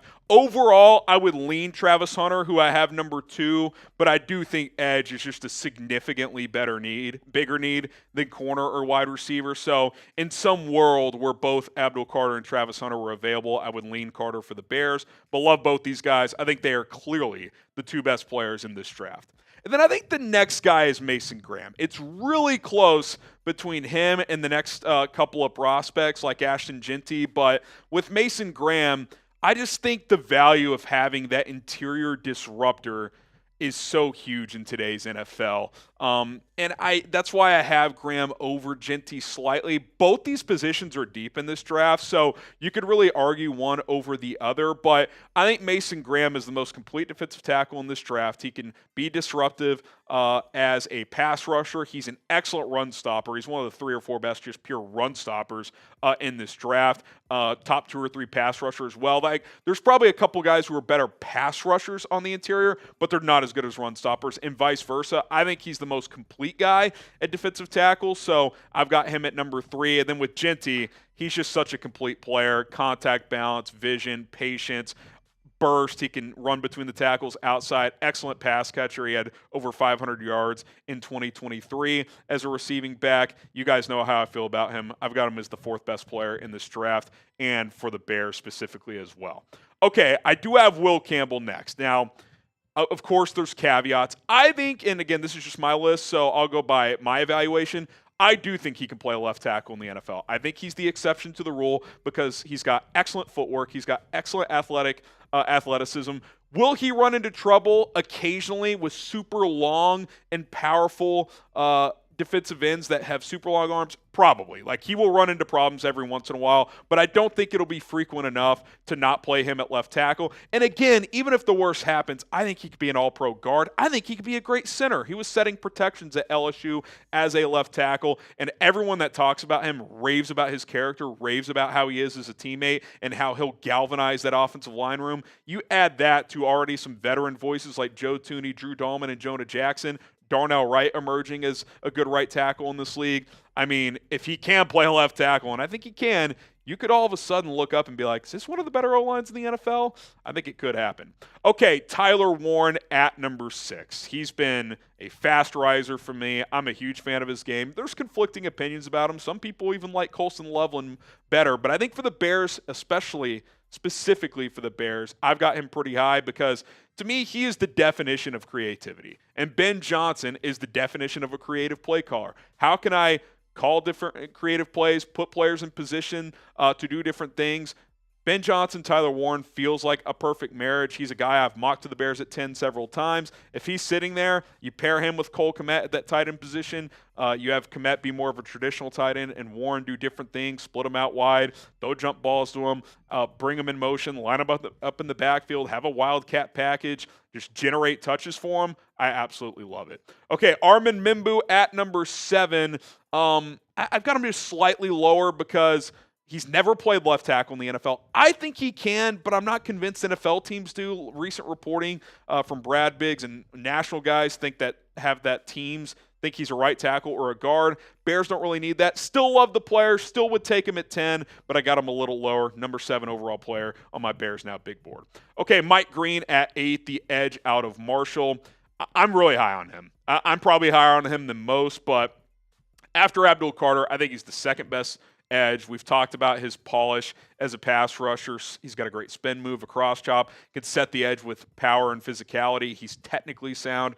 My only questions for me personally, are the off-the-field stuff, the sexual assault allegations. I don't have access to that information, what happened there. Obviously, the Bears have to do their own research. I think the Bears will have concerns with his arm length because Dennis Allen typically values super big and long athletes on the edge. He's not that, but to me, he overcomes that with his power and with his just polish as a pass rusher. Mykel Williams could be a guy the Bears like more. I've grown on Mykel Williams. I loved him early. I kind of faded off him. I didn't think he tested that well, but I did remember he had a nasty ankle sprain this past season, and he still fought through that and was fairly productive, especially compared to a Shamar Stewart type. So I'm okay if he's the Bears pick at 10. I like Mike Green more, but it wouldn't surprise me if the Bears were higher on Mykel Williams. I got him at number 9 on my Bears Now big board. Who would you rather have? Pick an edge for the Chicago Bears. Type MG for Mike Green, MW for Mykel Williams. I would prefer Mike Green because I just think he's a better football player. To me, take the better player at a premium position. But Mykel Williams isn't even 21 years old yet. I can even acknowledge that his ceiling is probably taller. So, I wouldn't freak out over this one, but I would rather have Mike Green if the off-the-field stuff checks out. Okay, Kelvin Banks Jr. at 10. I don't love him, but I do think he's the third best offensive line prospect in this draft, especially for the Bears. Should have positional versatility. I do think he could come in and compete at left tackle. I don't love his feet. Sometimes he ends up on the ground. Michael Williams kind of abused him, if I'm being honest. But, he's in that group of players. If the top guys are gone when the Bears are picking at 10 and they end up with Kelvin Banks, I'd be okay with it. Like it a lot more in a trade-down scenario, though. Same with Omarion Hampton. If he's the pick at 10, I'm cool with it, depending on who's available. Would love it more in a trade-down, but I do think he's a clear RB2 in this draft. Back-to-back 1,500-yard seasons, one with Drake May, one without. Good athlete, can play in multiple schemes, really, really good player. Tetairoa McMillan, I think overall, I like him better as a prospect than a Michael Williams, than an Omarion Hampton in this draft. But for the Bears, receiver isn't as big of a need, so I'll ding him a few spots here. But love the player. I think he's a top 10 player in this draft overall. But for the Bears, he's a little bit lower for me. Okay, Derek Harmon. And I'll just throw Walter Nolan in here as well. They're really close. I'm higher on these guys than some people are, but they are both really good run stoppers, and you see the upside as pass rushers. Like, they are twitchy. They are guys who can really move at their size. Harmon's a little bigger than Nolan, and you don't hear the character red flags with Harmon. That's why I've got him a little bit higher. There's some question marks, it would appear, with Nolan. Does he fit in with teammates? There was reports of him, like leaving practice early and stuff like that. I don't think they're major red flags. Maybe it's just an immaturity thing, but if all things were equal, I would take Derek Harmon. I think they're both underrated in this draft. I think they're top 15 players, especially for the Bears. Again, 10's probably a tick early, but if they hit, again, those interior pass rushers, and they can both stop the run, teams love that in today's NFL, and I think they're both really, really good at it. I got Josh Simmons at 15. If the injury wasn't there, he'd be a top 10 guy for me, but that is a concern. I think there's a chance, though, if you got him and he was cleared by training camp, he'd win the left tackle job. He was having a hell of a season for Ohio State before the knee injury. I don't have access to the medical information, so it's hard for me to put him in the top 10, but he's got huge potential. And I like Josh Connolly. I don't think his ceiling's probably as high as Josh Simmons, but doesn't come with the injury. Also, there's some whispers about Simmons as with attitude concerns as well. I've heard nothing about that at Josh Connolly. Great Senior Bowl. I think he's a plug-and-play left tackle. He could plug into that competition and, quite frankly, win it. If he somehow fell to 39, it'd be awesome. He'd also be a guy I would consider trading back into round 1-4. Okay, I got Jalen Walker at 17. I just, for the Bears specifically, I just don't know what to do with him. I'm not as high on Walker as the NFL is. Dane Brugler and Daniel Jeremiah both have him as their 5th best prospect. I don't see that, period. I definitely don't see it in a 4-3 scheme. Now, I don't want to overvalue the scheme. To me, if a player is good enough, figure out how to use them. But I don't think he's an every down off-ball linebacker at 6'1", 243. I don't think he's good enough in coverage. And in a 4-3 specifically, and knowing what Dennis Allen likes, is Walker putting his hand in the dirt and rushing the passer? That way, he's a guy who kind of hovered, quite frankly, on the inside some, but sometimes on the outside, and just blitzed. Georgia just used him as a roamer. So does Dennis Allen have that role in his defense? He hasn't really historically, not in the front end, sometimes in the back end with guys like Tyrann Mathieu, but I don't know what to do with him. I know he's talented. I know he's a freak athlete. I know Georgia raved about his leadership, so I'll still have him in the top 20. I'll kind of lean on the NFL evals with him, but I can't put him in the top 10, especially for this team. Okay, Colson Loveland at 18. I like him. Again, I'm not as high on him as people in NFL circles are. Some people like him better than Tyler Warren. I don't, period, and I definitely don't for the Bears. But he's still a really good player. If you told me the Bears traded down a few spots and got him, I certainly would be happy with that. He's kind of just your prototypical tight end, right? I don't think he's a guy you're going to get super creative with, but can inline block, smooth route runner, solid but not great after the catch. I would just call him smooth. He's not, I don't think he's elite at anything, but he's pretty well-rounded. Okay, Jahad Campbell at 19. It's kind of a thin linebacker draft, and the Bears sneakily need one. If you told me they traded down and got a premium day 2 pick and took Jahad Campbell, It would surprise me, but I wouldn't hate it because he does have blitzing and pass rush ability as well. Now, he's probably better suited for a 3-4, but unlike Jalen Walker, he's a much better off-ball linebacker. Like, he can cover, he can play sideline to sideline, whereas Walker, to me, is more of just a downhill player. Campbell is not. I think he is more well-rounded. He can blitz as well, so I really, really like the player. Malachi Starks, the safety out of Georgia. I think he's the best pure safety in this class. Not a great athlete, so that's why I ding him a little bit here, especially in a Dennis Allen scheme, but I think he could play both safety spots. He could play nickel if needed, willing tackler. At times, his long speed, he could get beat there over the top, but really smart and instinctive player. All right, more players to come. We'll kind of go quicker as we get beyond the top 20 here, but first, we are sponsored by Game Time. Game Time is the official ticketing partner of this channel, Chicago Bears Now by Chat Sports. And the NBA playoffs are here, and if you want to go check out your favorite teams, build those memories. Take your dad to a playoff game. Take your brother, take your mom, take your sister, take your significant other. Perfect date night to get out of the house. If you want a cheaper ticket, go to a White Sox game. I mean, they're basically paying you guys to go. Just kidding. Not throwing shade at the White Sox, but you can find really good prices there. And in general, you can find really good prices with Game Time, whether it's a sporting event, whether it is a big-time playoff game, or whether it is a Tuesday night out at Wrigley Field. Get your tickets with Game Time. They make getting tickets easier and faster, even for hard-to-get playoff seats. Prices on Game Time actually go down the closer you get to tip-off. Often you can find tickets at a reduced price on the day of the event, even just hours or minutes before it starts. With killer last-minute deals, all-in prices, views from your seat, and the lowest price guaranteed, Game Time takes the guesswork out of buying NBA playoff tickets and tickets to any event out there, sporting events or concerts, comedy shows, whatever the case may be. So don't wait any longer. Download the Game Time app. Use code ChatSports. Get $20 off your first purchase only right now. That's code ChatSports for $20 off. One word, ChatSports. Terms do apply. Download the Game Time app today. Last-minute tickets, lowest price, guaranteed with Game Time. All right, we'll speed things up a little bit. Nick Eamon-Warry, kind of the opposite of Malachi Starks. Crazy athlete. Don't think his instincts are quite as good, but did have good ball production as well. I think he can also play both safety spots. Kenneth Grant, the reason I'm a little lower on him than Nolan or Harmon, I think they're more complete players in terms of stopping the run and pass. Grant's a really good run stopper. He's flashed some as a pass rusher, but I don't think he's ever like a big-time sack guy there, but he's got some wiggle, and the Bears do need more run stoppers. Will Johnson, I've got him at number 23.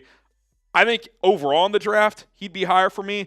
I don't think he works in this system, though. They're going to run a lot of press man coverage. His long speed's just not good enough. He showed you that by not running the 40. I think you got to play him in zone coverages. In the Matt Eberflus defense, I think he'd be a much better fit, not with Dennis Allen.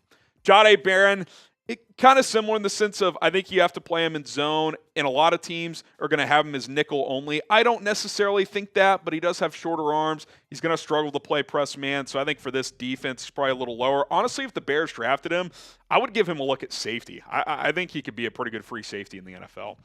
Emeka Egbuka, the wide receiver out of Ohio State. I just love this guy. Selfless. That is the word I would describe.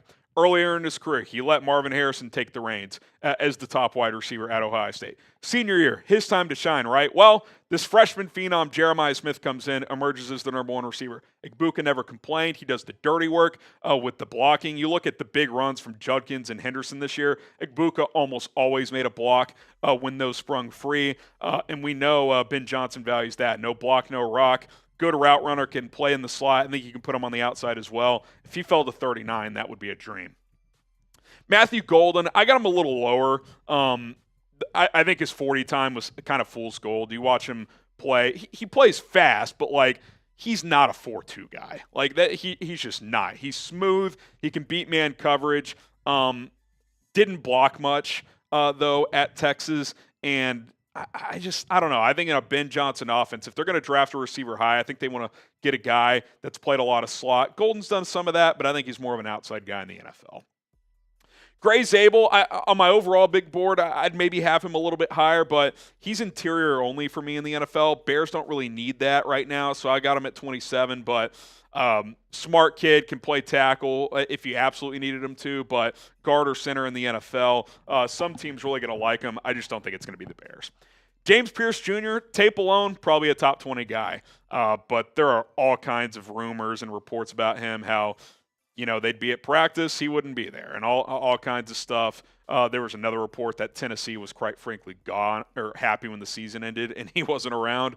But if you can kind of help him mature, he's a talent. There's no question about it. But I don't know if the Bears will consider him. Quinshon Judkins at 29, he's kind of emerged as my clear RB3 in this draft because I think, like Hampton, he's a true three-down player. He can run between the tackles. He can bounce outside. He can catch the football. His teammate Travion Henderson's a better pass protector, but I think Judkins, for what the Bears want to add, if they are serious about creating a 1-2 punch with Swift, I think Judkins is the better option. I like the mentality he runs with. He's a top 30 player for me. Donovan Ezaraku, I like him a lot, but I do think he's more of a 3-4 scheme guy. But 16 sacks last year, production doesn't lie. Like, to me, he's kind of just like a worse Mike Green, little undersized, but he doesn't set the edges well in the run game. But if you're looking for a speed rusher, he's one of the best ones in this draft. Donovan Jackson, the offensive lineman at Ohio State, I've got him at 31. I think he's more of a guard, but you've seen guys like Dane Brugler think he's more of a tackle. So he's got that versatility. You could throw him into the competition over at left tackle with Braxton Jones and Karan Amagaji. If that doesn't work out, he could be just kind of your top backup this year. So I think he brings a lot to the table. All right, I'll put Shamar Stewart here. You guys know I don't love him. Underwear Olympics champion, tested out of his mind. If they traded down to the 20s and took him, I'd be fine with them. If they take him at 10, you will see a crash out unlike the likes of which you've ever seen. I mean, it's just, I just don't know if he's a good football player.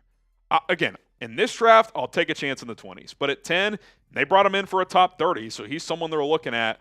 I think it's way too rich. 1.5 sacks 3 years in a row. Like, finish plays, man. He just, too often, he can't get the guy to the ground. I don't know. I'm pretty sour on Shamar Stewart. Caleb Johnson at 33, so not a huge gap between Judkins and Johnson. I think Judkins is just a little more well-rounded. I think he's a little more versatile. But in a zone scheme, which I think Ben Johnson will utilize a lot, he sees lane, hits lane. And once he gets north and south, he can really accelerate. Ignore the 40 time. He out in open space, he can accelerate and run away from defenders. He catches the ball well.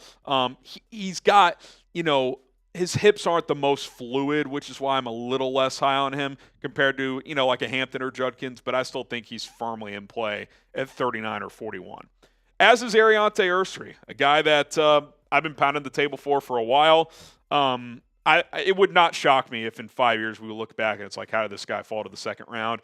3-year starter at left tackle in the Big Ten at Minnesota, a team that runs a lot of pro-style concepts. He's a fluid athlete. His foot speed and technical work as an offensive tackle needs to improve a little bit, but he's got all the tools. 6'6", 335, tested well, can move, can anchor. I think he's got all the attributes you're looking for. Just needs some NFL coaching, and with Dan Rochar, he'd be able to get that. I got Tyler Booker at 35. Again, on an overall big board, he'd probably be a top 25-ish, 30 guy for me, but I don't think he can play in his own offense. And the Bears are going to run a decent amount of zone. He just can't move. In a gap scheme, love him. Love his mentality. 11-inch hands. Once he gets his hands on you, he's not letting go. But, I just think they're going to run too much zone for him to excel in this offense. JT Tuimoloau, I'm higher on him than a lot of people in NFL circles are. I just think there's still untapped potential. Former number 1 overall recruit. We saw him put it all together in the playoff run. 6.5 sacks in 4 games there. Broke out in his senior season. Stuck it out at Ohio State. Easily could have gone pro last year. National champion. Excellent against the run. Still developing as a pass rusher, but has the tools to do it. Fits the measurables of Dennis Allen. I really like him. Luther Burden III, I just think at some point I got to put him in here, right? Like he's a versatile chess piece. He can play slot, outside. I think he could be a top 5 returner instantly in the NFL if you took him. I think he'd be a fun kind of creative piece for Ben Johnson in this offense if he was in that 39 or 41 chunk. Wouldn't hate the pick. Obviously, you got bigger needs, but I've got him at 37. All right, subscribe to us here at Bears Now because ESPN Plus is charging you $120 for their content. Not hating on ESPN. I like their content, but you do have to pay a pretty penny. We don't charge a dime here at Bears Now. Hit that sub button, turn on notifications for free and daily Bears content. Okay, Jaden Higgins at 38, the receiver out of Iowa State. Very different from Burden, more of a outside, big body possession receiver, but has some fluidity as well. I don't think there's like a massive difference between him and Teteroa McMillan. Now, I think McMillan gives you more after the catch. I do think he's a little bit more fluid overall. But Higgins, if you're looking for a big body X receiver that can really play, he can do that. Now, is that a little redundant with Rome Odunze? I'm not sure, but I do really like the player. Darius Alexander, the only reason he's not higher is because of age. 25 years old, but good run stopper, can rush the passer as well as an interior guy. If the Bears took him in that 39-41 chunk, I would not complain. Tyleik Williams, a player that producer Cullen took at 39 in his latest mock draft. Excellent run stopper.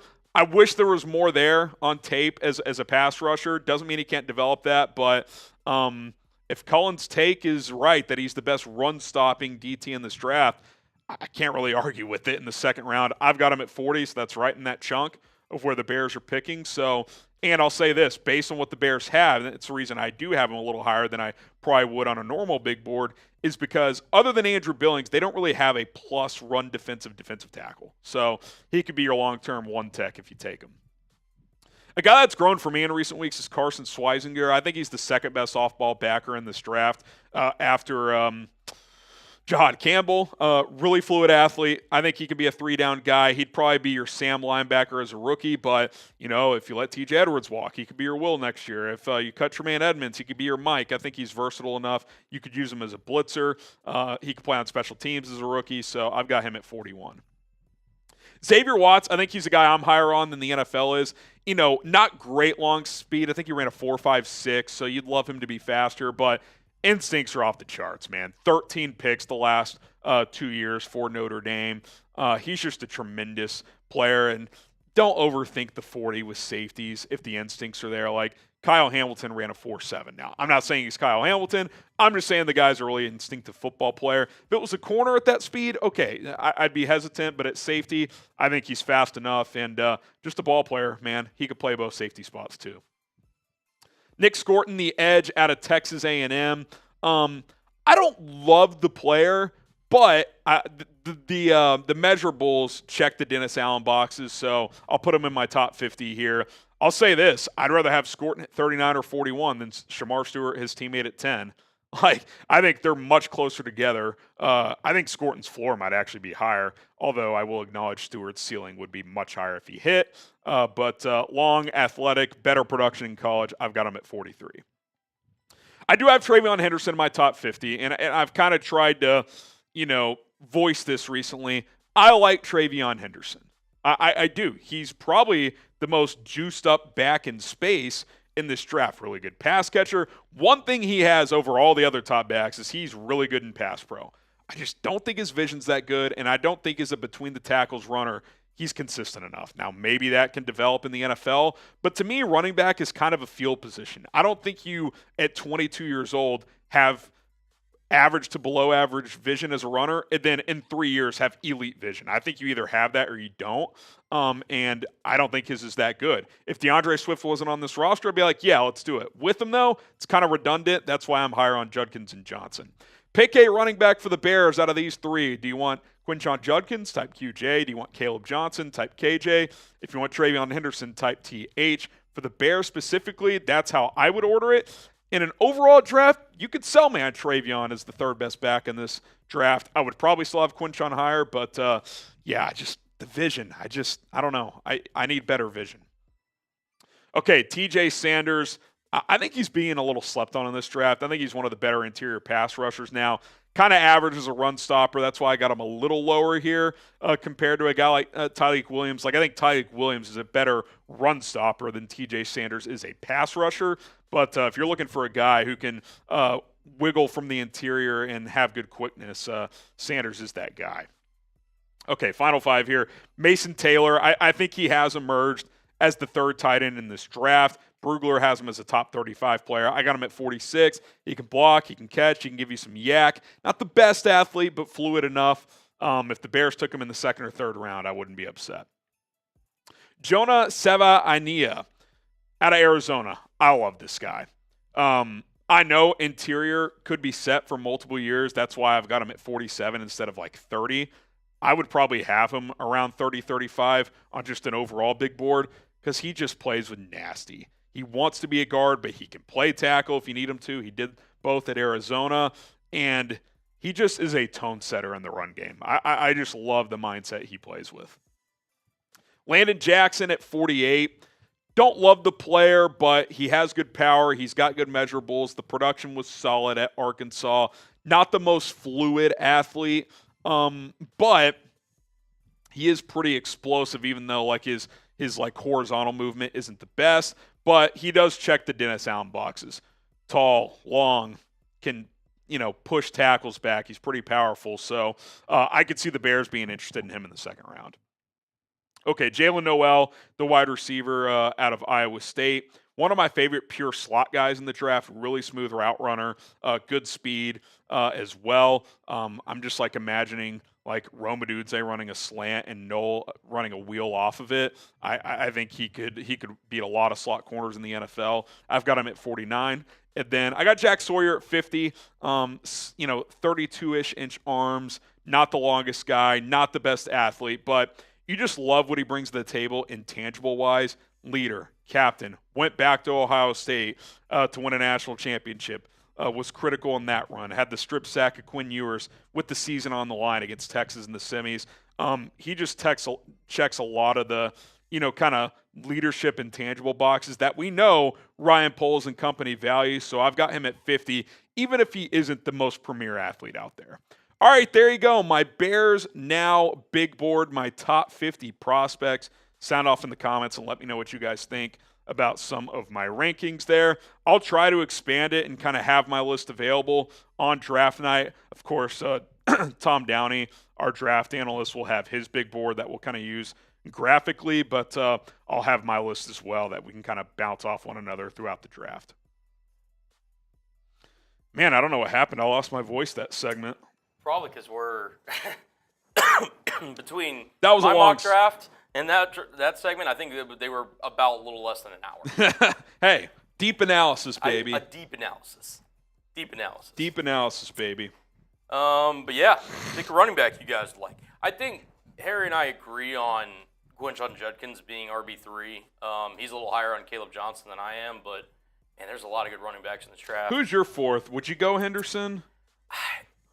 Again, separate from the Bears, probably. Just like from an overall, because I did a 4 verts big board, and you guys can go check that out. I just did top 25 on that, so I didn't get to Judkins or Johnson or Henderson. Yeah. I think on my overall, I would still have Judkins 3. I think I would have Henderson 4 though. Like if I'm looking at it from an overall lens, because he's great in pass pro, which is really valuable. And he is, in space, probably the best back in this draft. Even better than like a Jeanty. So there's a lot to like. And I don't think you draft based on solely on having DeAndre Swift. But like if you pair him with Swift this year, I just don't think you have a between the tackles runner you can lean on. And like that's, if you're trying to take pressure off Caleb, don't you need someone who can do that? I don't think Roschon Johnson is all of a sudden going to give you 10 to 12 carries a game. I just don't think it's going to happen. So if I'm trying to maximize Caleb this year because it's a huge year for him, I don't know if a Henderson-Swift backfield does that. Yeah. You're going to hit a lot of home runs, but you're also going to have 2nd and 4s turn into 3rd and 6s because they're going to try to bounce one and, they're not going to get there. Honestly, you know who it'd be really great for? Roschon Johnson. Because, that would be his role, is short yardage and, in between the tackles runs. Well, see, to me, I do think his role is short yardage, but, I still want a back who can rotate in, hey, it's 2nd and 8. Mm-hmm. Hand off between the tackles. Right. Am I doing that at the 32-yard line? No. I just don't think he's shown enough to, give him a more prominent role than just short yardage. Yeah. That's fair. So I don't know. That's fair. I like Henderson, and I'm not gonna like freak out if they take him. I just don't. If you're going with this 1-2 committee, I don't think him and Swift differ enough. Yeah. Now, could I live with it for a year, then you dump Swift next year for someone else? Sure, but like, it's just gonna drive me insane when they can't get consistent production between the tackles. Like you've built this O-line on the interior. Now maybe their thinking is, hey, we just ramped up our interior. Right. We don't need a great the O-line will handle that, but you're kind of banking on a lot there. Like, it's true. I don't know. I will say, day 3 pass pro guys. We had a couple of them. Oh yeah. Oh yeah. Well, a couple of crushes. Well, Manungai, right? Is he the Manungai? He's going to be an 8-year NFL pro strictly because of his pass pro. He is the next Travis Homer in that regard. Ah, yes. We have Travis Homer. We're good. But yeah, like him and LaQuinn Allen, low key, is a really good, one of the better pass pro guys as well too. Again, those are different kind of style backs, but yeah. Yeah, I mean, I do love some of the clips where Henderson just lights up a blitzing backer. He is fearless. The thing I like about him too is like not only is he good in pass pro, you can tell he likes doing it. He's like, oh, you think you're gonna run me over? No, I'm gonna put you on your fucking ass. I do like that. So again, like this will be one of those. If the Bears get him, like I will be sold on it. Yeah. But like, because I do think he's a guy too. Like that would be a Ben Johnson pick. Yeah. So like I think you'd have to trust that vision. But I'm just saying in terms of like, if I'm complimenting DeAndre Swift with somebody, I like Judkins and Johnson more. But yeah. Okay, let's get to this live fan-led mock where you guys get to make the picks. Or we could sign off. If you don't want a live fan-led mock, don't type me in the comments. But if you do, type me. Cullen's got to get it set up behind the scenes.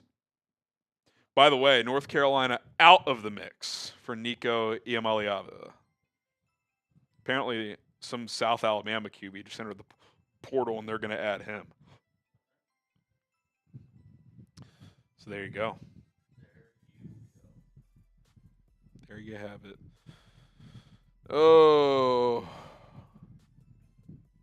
All right, got a lot of me's coming in. Kiddis, Colin, William, Cody. A lot of draft content today. It's draft season, baby. It's draft season.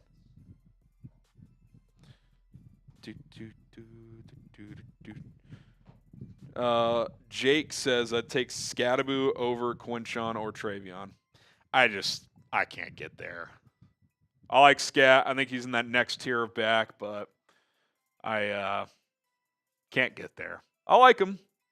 I don't love him, but I like him. Trying to remember what percentage we did here. Yeah, that's what I'm saying. Okay, cool. All right.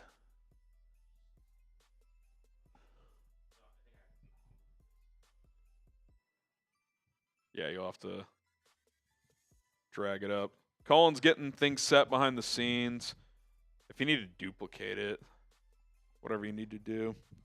I'll answer some questions in the chat while Colin's getting this set up. He's kind of got to maneuver some graphics, so it'll take a couple of minutes. Scat is a little one-game wonder, and everyone is writing his notes. See, I'll push back on that. I don't think he's a one-game wonder. I think, honestly, that's kind of why I'm not overbuying it, is because I think people didn't even know who he was before that Texas game. It's like, no, like, this guy's a good player, but, like, he's not as good at, like, he's not going to have that type of game all the time in the NFL. So, who do you want in the second round? Well, it depends who I want in the first round, but if it's a running back in the second round, I'd love Quinshon Judkins or Caleb Johnson. If it's a trenches player, you know, it depends who's available, but offensive line, defensive lineman, there should be players available in there. John says Raiders cut their starting corner, Jack Jones. Any chance they grab Will Johnson at 6? I think there's a chance. I think they'd probably rather trade down and get a corner than take one at 6, but it's certainly possible.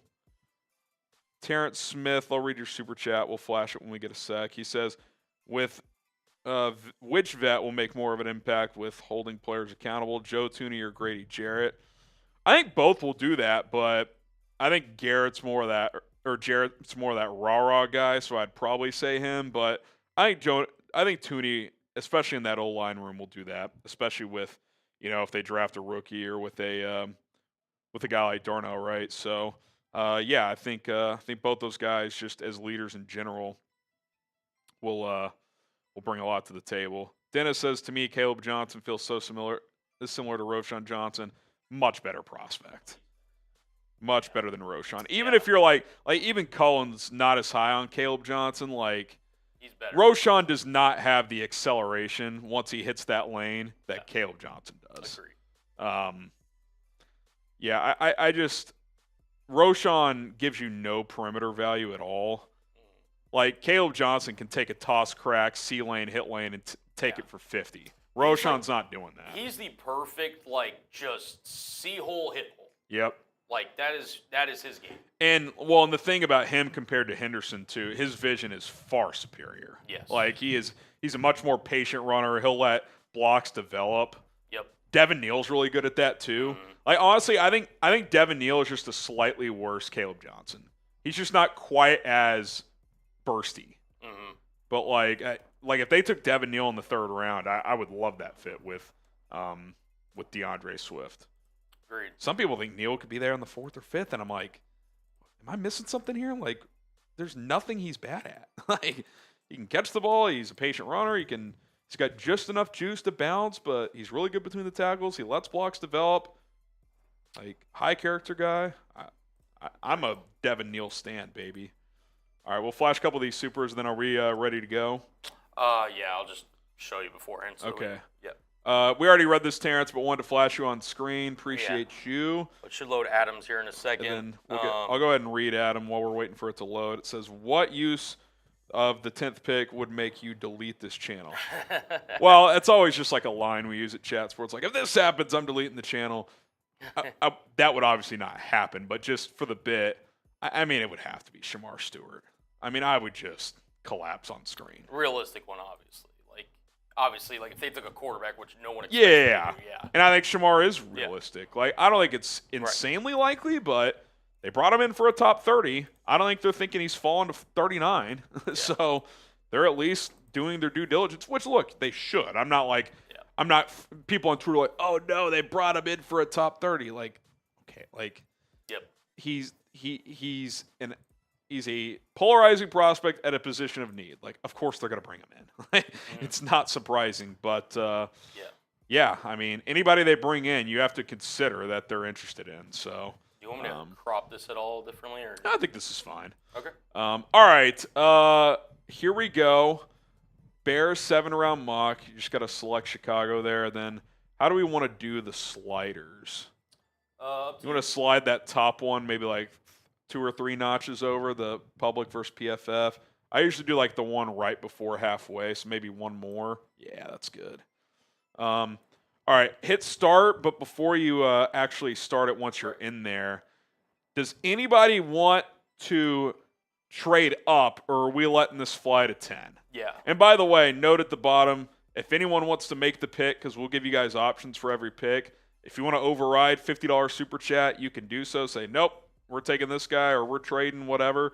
Yeah. We can do that. You can make the pick. You can trade the pick for $50. But I'm seeing a lot of let it flies and no. Yeah, I think we let it fly. All right, just see. Send it.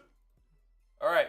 So just to review, so we've got Travis Hunter going number 1, Ashton Jeanty 2, Mason Graham 3, Tedero McMillan. Has Cam Ward not gone yet? Because if he hasn't, we're restarting. We're going to restart. We're restarting. Why have they not fixed this? Last year, they rigged it where Caleb went number 1 99% of the time. Yep. It's we all know he's going number 1. Yeah.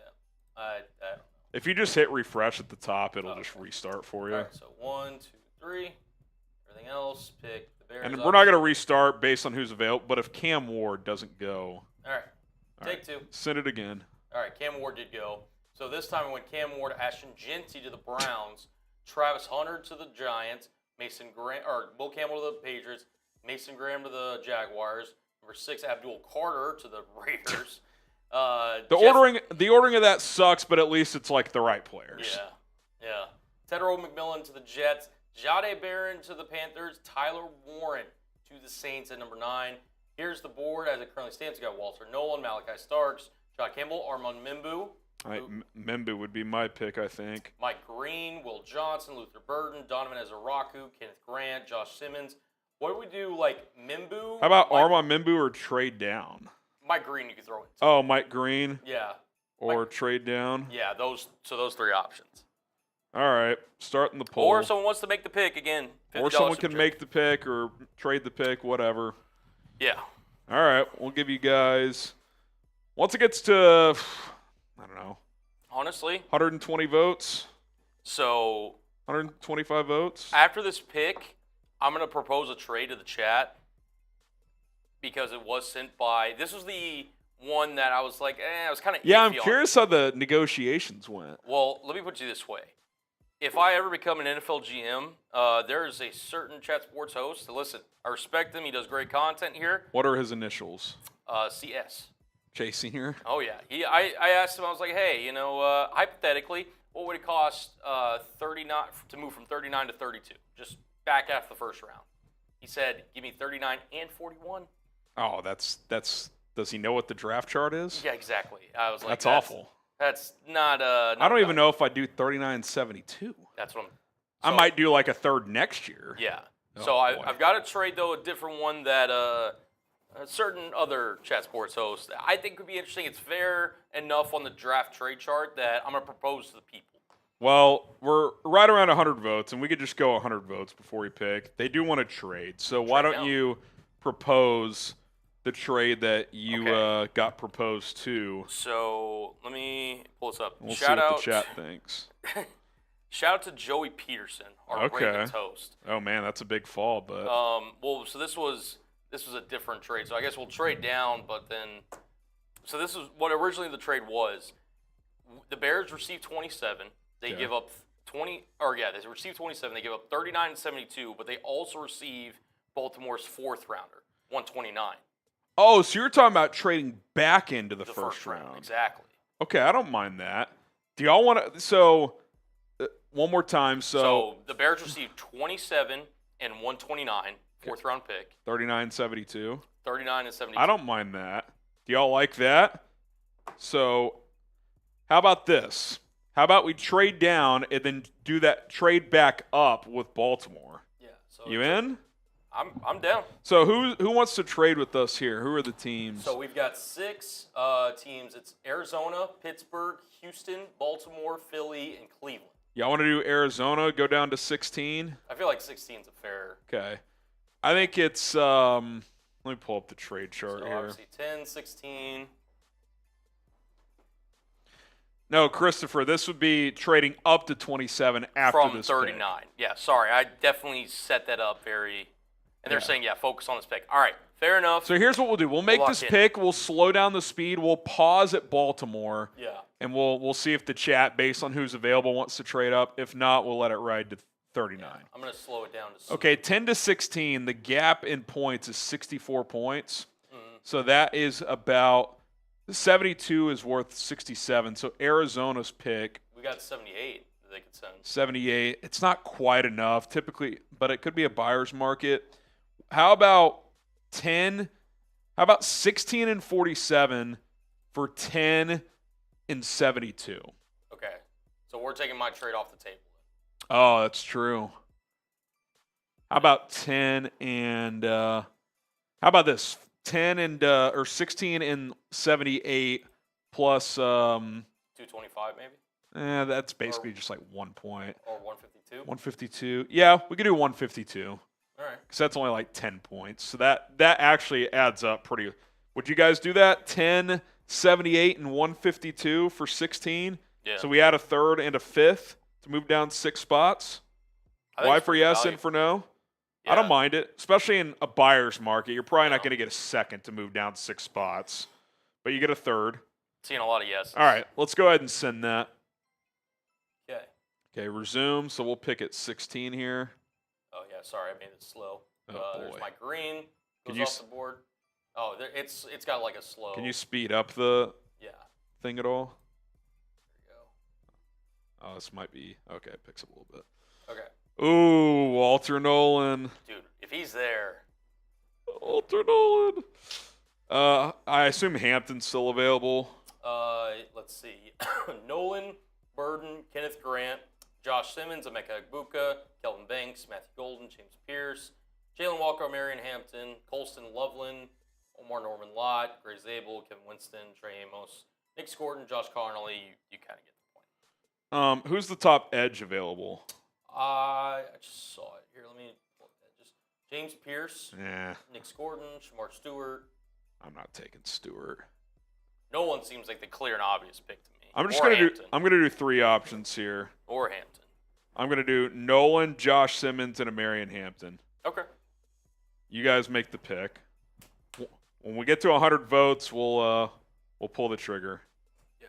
Polls in the chat. You guys make the pick. By the Could way, have added Loveland too, Yeah. but you know what?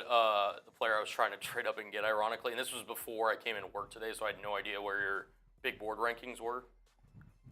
Good old Derek Harmon. I like Derek Harmon. He fell to 39? No, it's 27. Oh, Baltimore. Okay. Yeah.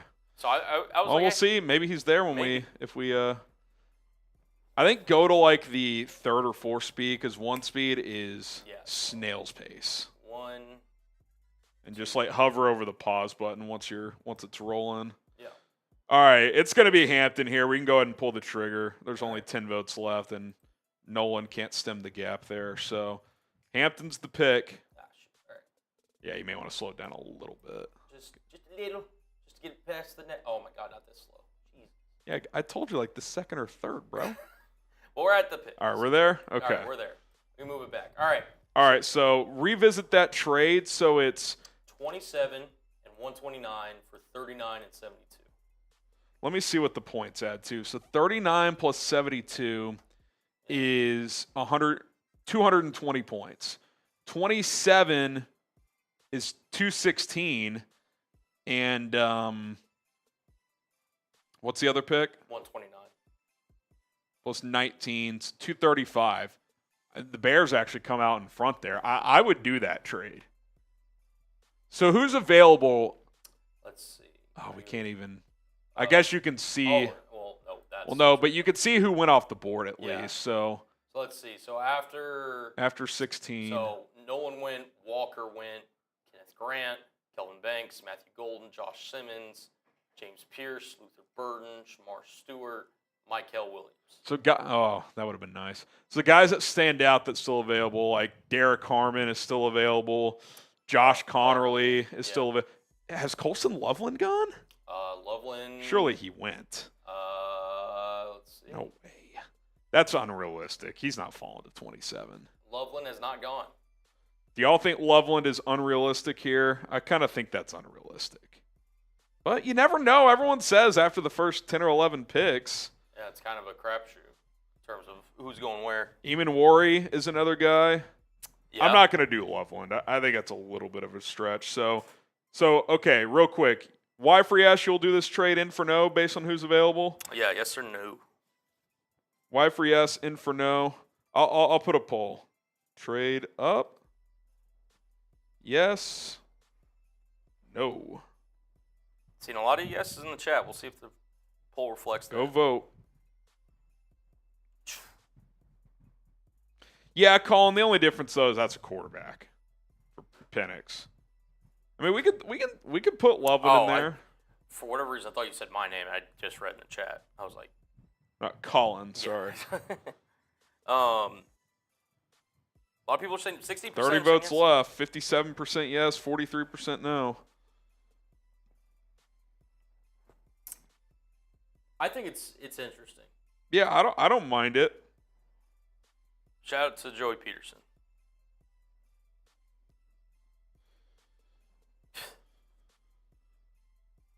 All right. 8 votes left. I just don't see how Loveland gets past both Indy and Denver.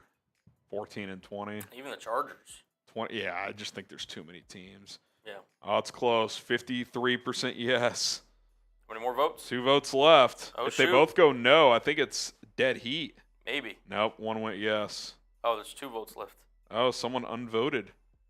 Okay, There we yes. go. Yes. We're trading up. It was close. Off for the trade, and the Bears are officially on the clock. Abuka's still there. Granted, that's a little, I don't think you'd trade up for a receiver. Right. I'm going to go. So you have Omar Norman Lott.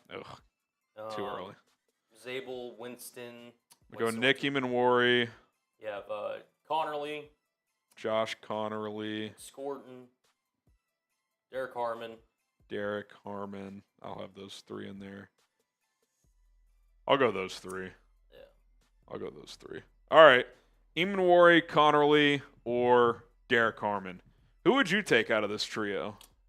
Dude, Harmon. So Harmon was the original one that I that I was trying to trade up with. Guys, I just don't think Loveland's getting to 27. If it happens on draft night, you guys could say, "Oh, remember when you said it wasn't going to happen?" But yeah.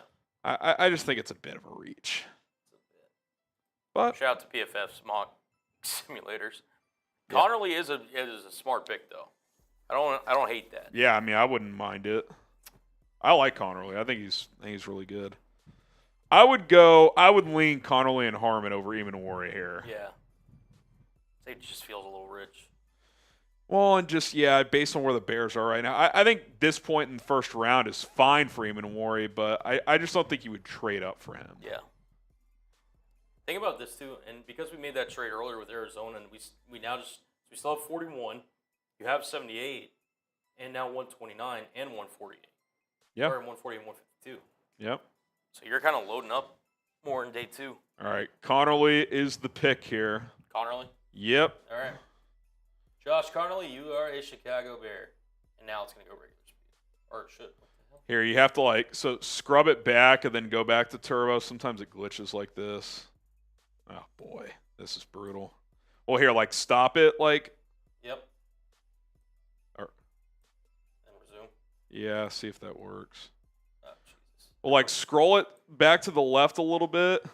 Yeah. Let it sit there. Okay, there it goes. Yeah, sometimes you just have to wiggle it. Okay, 41 here. All right. Remind me who we've taken so far? Omarion Hampton, Josh Connerly. I think you got to be thinking. My sweet prince, Tyleek Williams, off the board. Yeah, that sucks. Oh, and Derek Harmon made it all the way to 35. Oh, man. And Darius Alexander was there. Okay, so we've got Kevin Winston. I'll go Nick Scorton. I'm going to go Xavier Watts. That's a good option.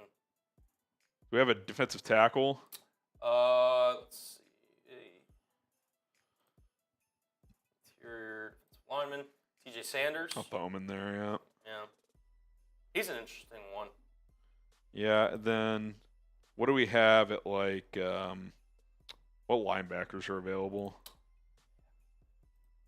Demetrius Knight, Carson Schweisinger. I'll throw Schweisinger in there. Yeah. He's a heat-seeking missile, man. Yeah, I like him. All right. Caden says, why do y'all want a 4th starting caliber defensive tackle? That's a super chat. Who's he talking about? Yeah, Caden, let us know who. He says Jared, Dexter, Billings. Yeah, they're all starting capable. Oh, I guess he's saying that. Well, some of it's there's reporting that they're interested in D-tax. 2, I think it's too good of a defensive tackle draft to not take one. Yeah. 3, let's be honest. Jury's still somewhat out on Dexter. Billings coming off an injury. He's older. Jared, I know they gave him a nice contract, but he is 32. It's not like he's going to play 85% of the snaps. Yeah. So, yeah, I mean. It's a 2-horse race between Scorton and Watts. Yeah. Again. Scorton's got the Dennis Allen prototype you're looking for. Yeah. What were you saying? I was just saying, to me, when we broke it down, I agree, edge would be the smarter kind of route to go to, but, if they're clearly saying, hey, we value defensive tackle, it's okay, what defensive tackle do you take? Also, I do think, especially when you get beyond the high picks, I do think the defensive tackles in this draft are better than the edges. So Great.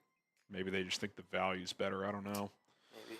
All right, looks like it's going to be Watts, but we got a few more votes. Someone go vote. Vote, vote, vote. 96. Go vote in the live poll. All right, we're in the clear. 98 votes. It's 13% gap. All right, Xavier Watts. There it is, 100 votes. He is the pick. So what do we got coming up? 78. Yes. No second round pick, as we obviously made that trade with Baltimore. Oluwafemi Oladejo, one of my crushes. Remind me. Yeah, I like him. Yeah. Kyle Williams. Ooh, I'm going to throw him in here. Tate Ratledge, R.J. Harvey, Mason Taylor, Jalen Knoll, David Martinez, Ozzie Trapillo, Pooh Paul Jr., Terrence Ferguson, Jared Wilson, Jonas Savania. There's White That's Milam. some good players. Jack Sawyer. Ooh, I'll throw Jack Sawyer in there. Jordan Phillips, Charles Grant, Ashton Gelati.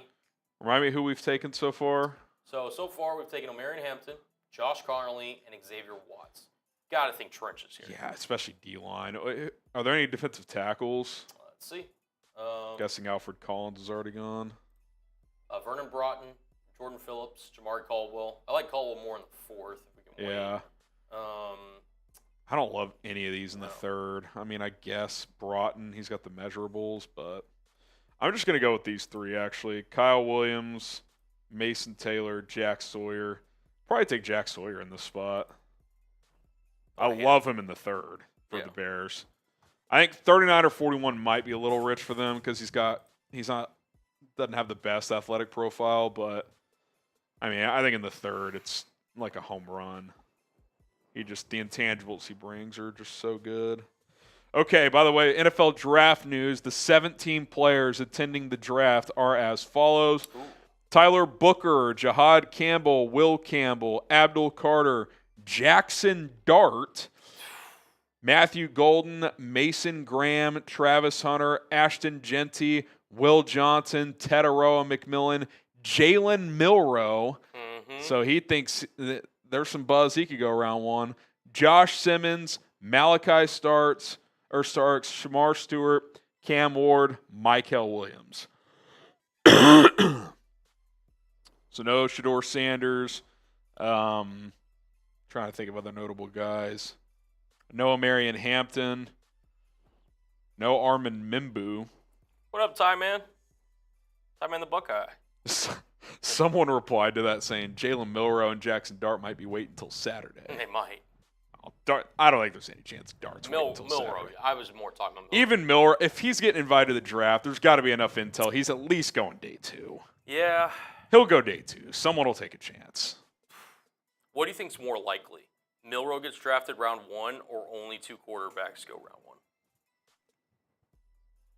Well, I think Dart and Shador go round 1. So it would be 3. Yeah.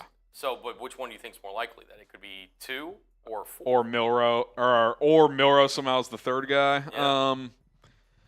Based on him getting invited, I'll say Milroe getting drafted is more likely. Maybe.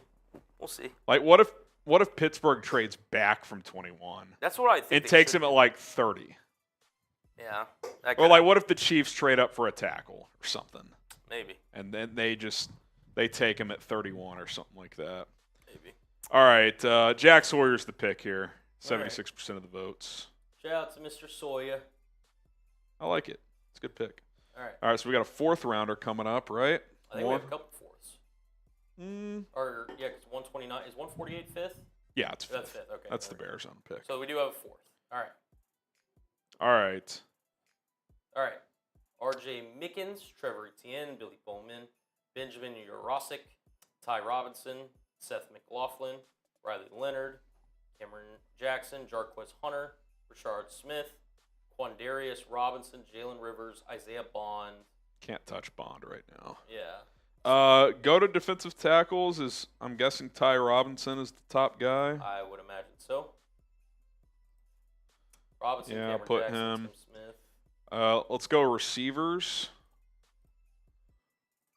We got Felton. Ooh, I like Torrey Horton here. Yeah. Be an interesting pick. Linebackers, please. Linebacker. Jack Kaiser, Kobe King, Cody Simon, Cody Maybe Lindbergh. Kobe King here. Danny Stutzman being here this late's. I'll go Stutzman. Dude, I think He's a Cullen draft crush. He Go is. Stutzman. All right, and then let's go. How about tight ends? What tight ends do we have available? Jurassic Evans. I'll go Evans here. Yeah. Like him more in the 5th, but all right, make the pick. I'm about to say I think Brugler gave him a 4th round grade. I'd probably go Horton or Robinson here. Yeah. I think Horton's super underrated, dude. He's 6'2", just under 200, 4'4" guy. 2 years ago had a monster season. Last year got hurt, but still got back to test. He can play slot and outside. Excuse me. I think he's a sleeper, dude. I think he's a big time. I think if they drafted him, he could. I think there's a scenario where he'd beat out Zacchaeus and be the 3rd guy. Okay. I think he's a really good player. I think Zacchaeus, what it did more than anything was it gave them an option to be like, all right, if you're our wide receiver 3, okay. Yeah. If they don't if the draft plays out and they don't get a guy, he can hold it down. Exactly. Yeah, I agree. So. And to me, in the best receiving room in the NFL, he'd be your 4th guy. But as a 3rd guy, he's fine. Yeah, it's fine. Especially if you're going to run more 12 personnel. Agreed. Which, depending on what the Bears do at tight end, it could be one of those where if they get a tight end they like, they'll probably run more 12. If they get a receiver they like, they'll run more 11. It'll just kind of depend. All right, 12 votes. It's a 2-horse race. Torrey Horton or Ty Robinson? All right. Still too close to call. We need more votes in the live poll. Robinson, 90 votes. Come on, make your vote count. JoJo says might be the worst draft results I've ever seen. You guys are making the picks. I know not you individually, JoJo. I don't mind this mock. Go to our picks so far. Yeah. We got Hampton, Josh Carnley, Xavier Watts, Jack Sawyer. I mean, that's pretty solid. That's pretty solid. I think you guys are doing pretty good. I think you guys are doing pretty good. I think the pick is Horton, though. Yep, it's Horton. All right. Mr. Horton, welcome to Chicago. Maybe our guy Mitchell Evans will still be there in the 5th. Maybe. It's only 15. I think there's other tight ends. The Bears had a top 30 with Jalen Conyers out of Texas Tech. Oh, Evans is still there. He's here, baby. So, Evans.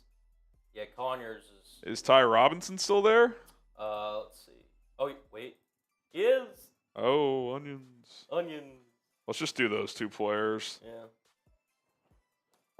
We'll just do those 2 players. Mike's saying we need a linebacker. We could... Who's available? Just curious. If Stutzman's still there, I will request that he's... Oh, my God. They rank him 193rd. Are you kidding me? Wake up, Sycamore. Jesus. Wake up, Sycamore. I already started the poll. It's too late. That's fine. I really, Stutzman is... I think he's going to be a stud. I think Robinson in the 5th will be a steal. I think so, too. He's a little older, 6-year guy, but yeah, he's pretty damn good. I will say. Pretty damn. We got another pick at 152, too, so we can always change it up. We do? Yeah. Remember, because we made, what trades did we make? We'll have to go back to the... What did we do?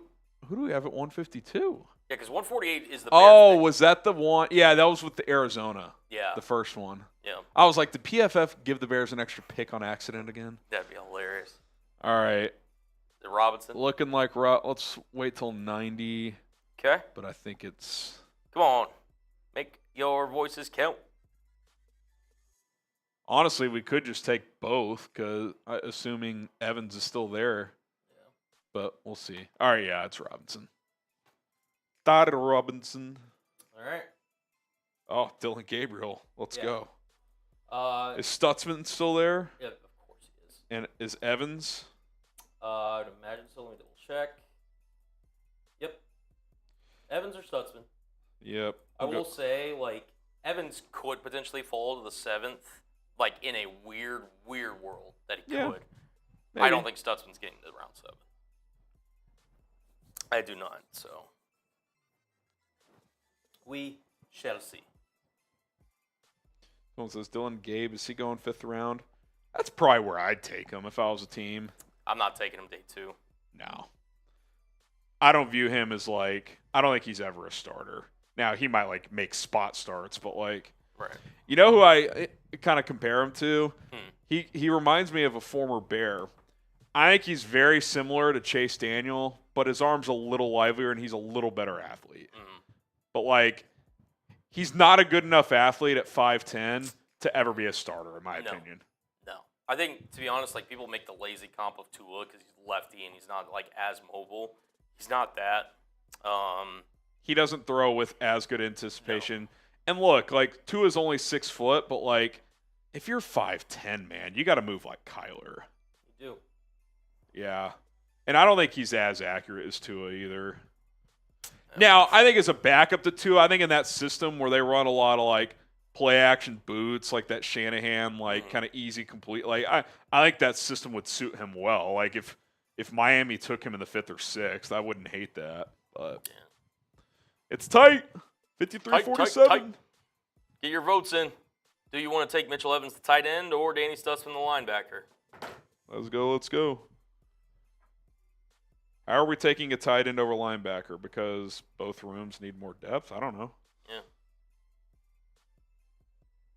I think you could debate both those positions on what the bigger need is, to be honest. Bears have one really good tight end in Cole Kmet and an okay number 2 in Durham Smythe. That's kind of it. Yeah.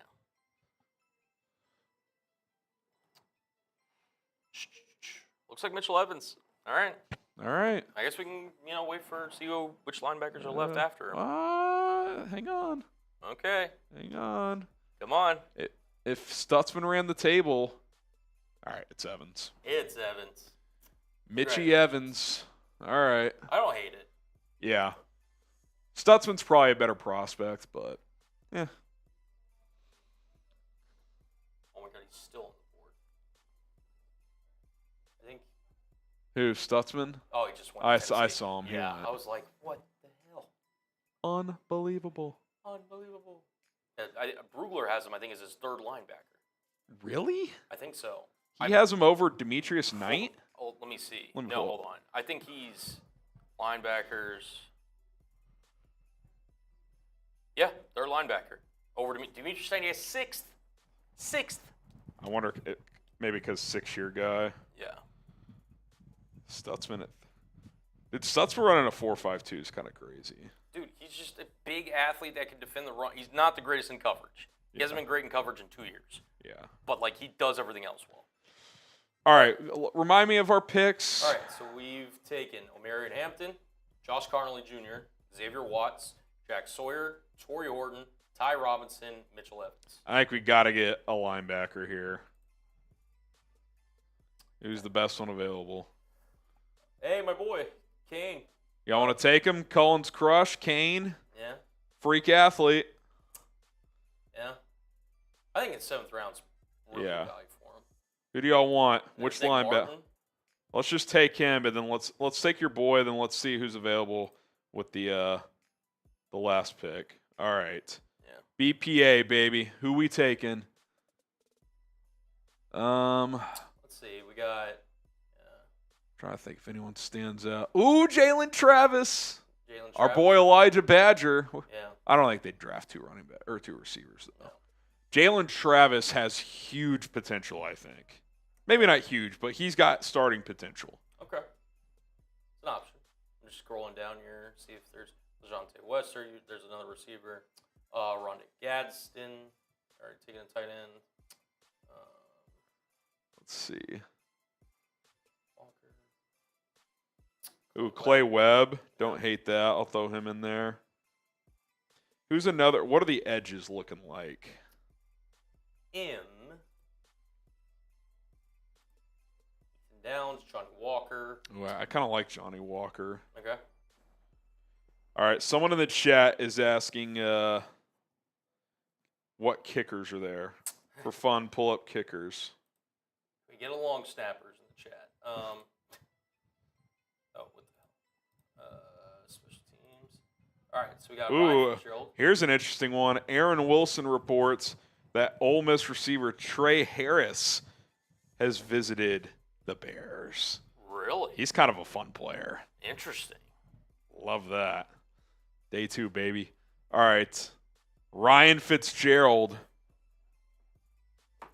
Let me pull up his old statistics here. Here, I got him right here. Or no, I don't. PFF doesn't care about kickers. Nope. Caden Davis, Ben Sauls, Jeremy Crenshaw. Let me see. Ryan Fitzgerald, 5-year guy. Dude, you want to know how bad Florida State's offense was this year? In 12 games. Yeah. He kicked 14 extra points. So 14. They were either going for 2 or just not scoring. He didn't miss a kick this year, though. 13 for 13 on field goals. His last 2 years, he is 32 for 33 on field goals. I don't know what his long is. Let me see. Florida State. Because I'm not drafting a kicker, but if I am, he better have a damn good leg. Let's see. He 6 career 50-yard field goals. His career long, his long last year was, 59? 59? We taking Fitzgerald, boys? Why not? Why not? I'll put him in the vote. In the poll? Wee. Little Cairo pressure. I probably would not do this, but 59-yarder. Let's see if he has a longer one earlier in his career. We're giving y'all a chance to draft a kicker. Don't mess it up. Yeah, his career long is 59. Career's long is 59. He's running away with the vote. Yeah. Well, apparently PFF doesn't have punters or long snappers because this is the whole special team tab, and it's only like 6 kickers. Someone said draft a punter. No. We already did that. In the 4th round. DC says, don't do it. He's leading the vote. I'm telling you that much. Johnny Walker making a little push, but I'm not quitting on Santos, Brandon. I'm just giving the people what they want. Talk about a competition. I wouldn't crash out in round 7, but yeah. Johnny Walker, he's in reach. He's in reach. All right, we need more votes. Need more votes. Mike, you're not a fan on Kane Madrano? He says that Kane dropped my draft results. He's a 7th-round linebacker, dude. All right. You guys did not let us vote on Kane. It's getting – I was about to call it, but it's Johnny Walker. Johnny Walker's making a push. Come on, there's almost 400 people watching. Go vote. We only have 83 votes. We can't call it. Yeah. It's like election night. Too early to call. What's the phrase? We're in the margins? Yeah, we're in the thick of it. We're in the margins. Oh, it's going back and forth. Back and forth we go, baby. Johnny Walker has the tiebreaker. He's got a bigger percentage. Oh, Walker's made a push here. Walker has made a push. I can't. 200 votes. DC will be here all day. Yeah. Oh, man. Fitzgerald left at the altar. Got 9 votes left. 9 votes. Come on. Can we get there for the last pick of the draft? Come on. Go vote. Come on, come on. 7, 5 more votes. 5, 4. I think it's going to be Jay Walk. 4 more votes. Jay Walk. 2 more votes. Oh, it's close. 2 more. Who's going to win? 1 more. It's literally tied. Next vote wins. Johnny Walker. Johnny Walker. Oh, the edge out of Missouri. The vote is in. Good old Johnny Walker. Johnny Walker Blue. About to say, if he doesn't sign a whiskey deal, that feels like a missed opportunity. Yeah. It's like Taco Charlton. Better be signing a taco deal. Exactly. All right. What does PFF grade us? Not that I care what they think. Omarion Hampton over Walter Nolan. Apparently that was not a liked pick for them. They gave a C- grade to drafting Hampton at 16. I think at 16 it's good value. Although, I would love Hampton at C 16. plus for Connerly at 27. Boo! Again, those A are for trades Xavier Watts. A minus for Sawyer. C minus for Torrey Horton. PFF doesn't know ball. Robinson B. B minus for Do they do an overall grade? Yep, B. Top 49% of Chicago Bears drafts you guys did. I thought you guys did better. All right, we got to get out of here. This was fun. Stay tuned for our plan Thursday. It's still kind of in flux, but the hope is to do a Chat Sports live mock draft where we're live on most of the team channels, and we'll see who's there at 10 when the Bears make the pick. But I think we're going to do the first 3 rounds. Should be a lot of fun. We'll have some content tomorrow and Wednesday as well between now and then, so stay tuned for that. My name is Harrison Graham. He is producer Cullen Brown. Give Cullen a round of applause for the Bears mock draft today. Appreciate that. I like Joel's mock. I like Cullen's better, I got to be honest. But we're out of here. See ya. Bear down. We'll be back tomorrow. Peace.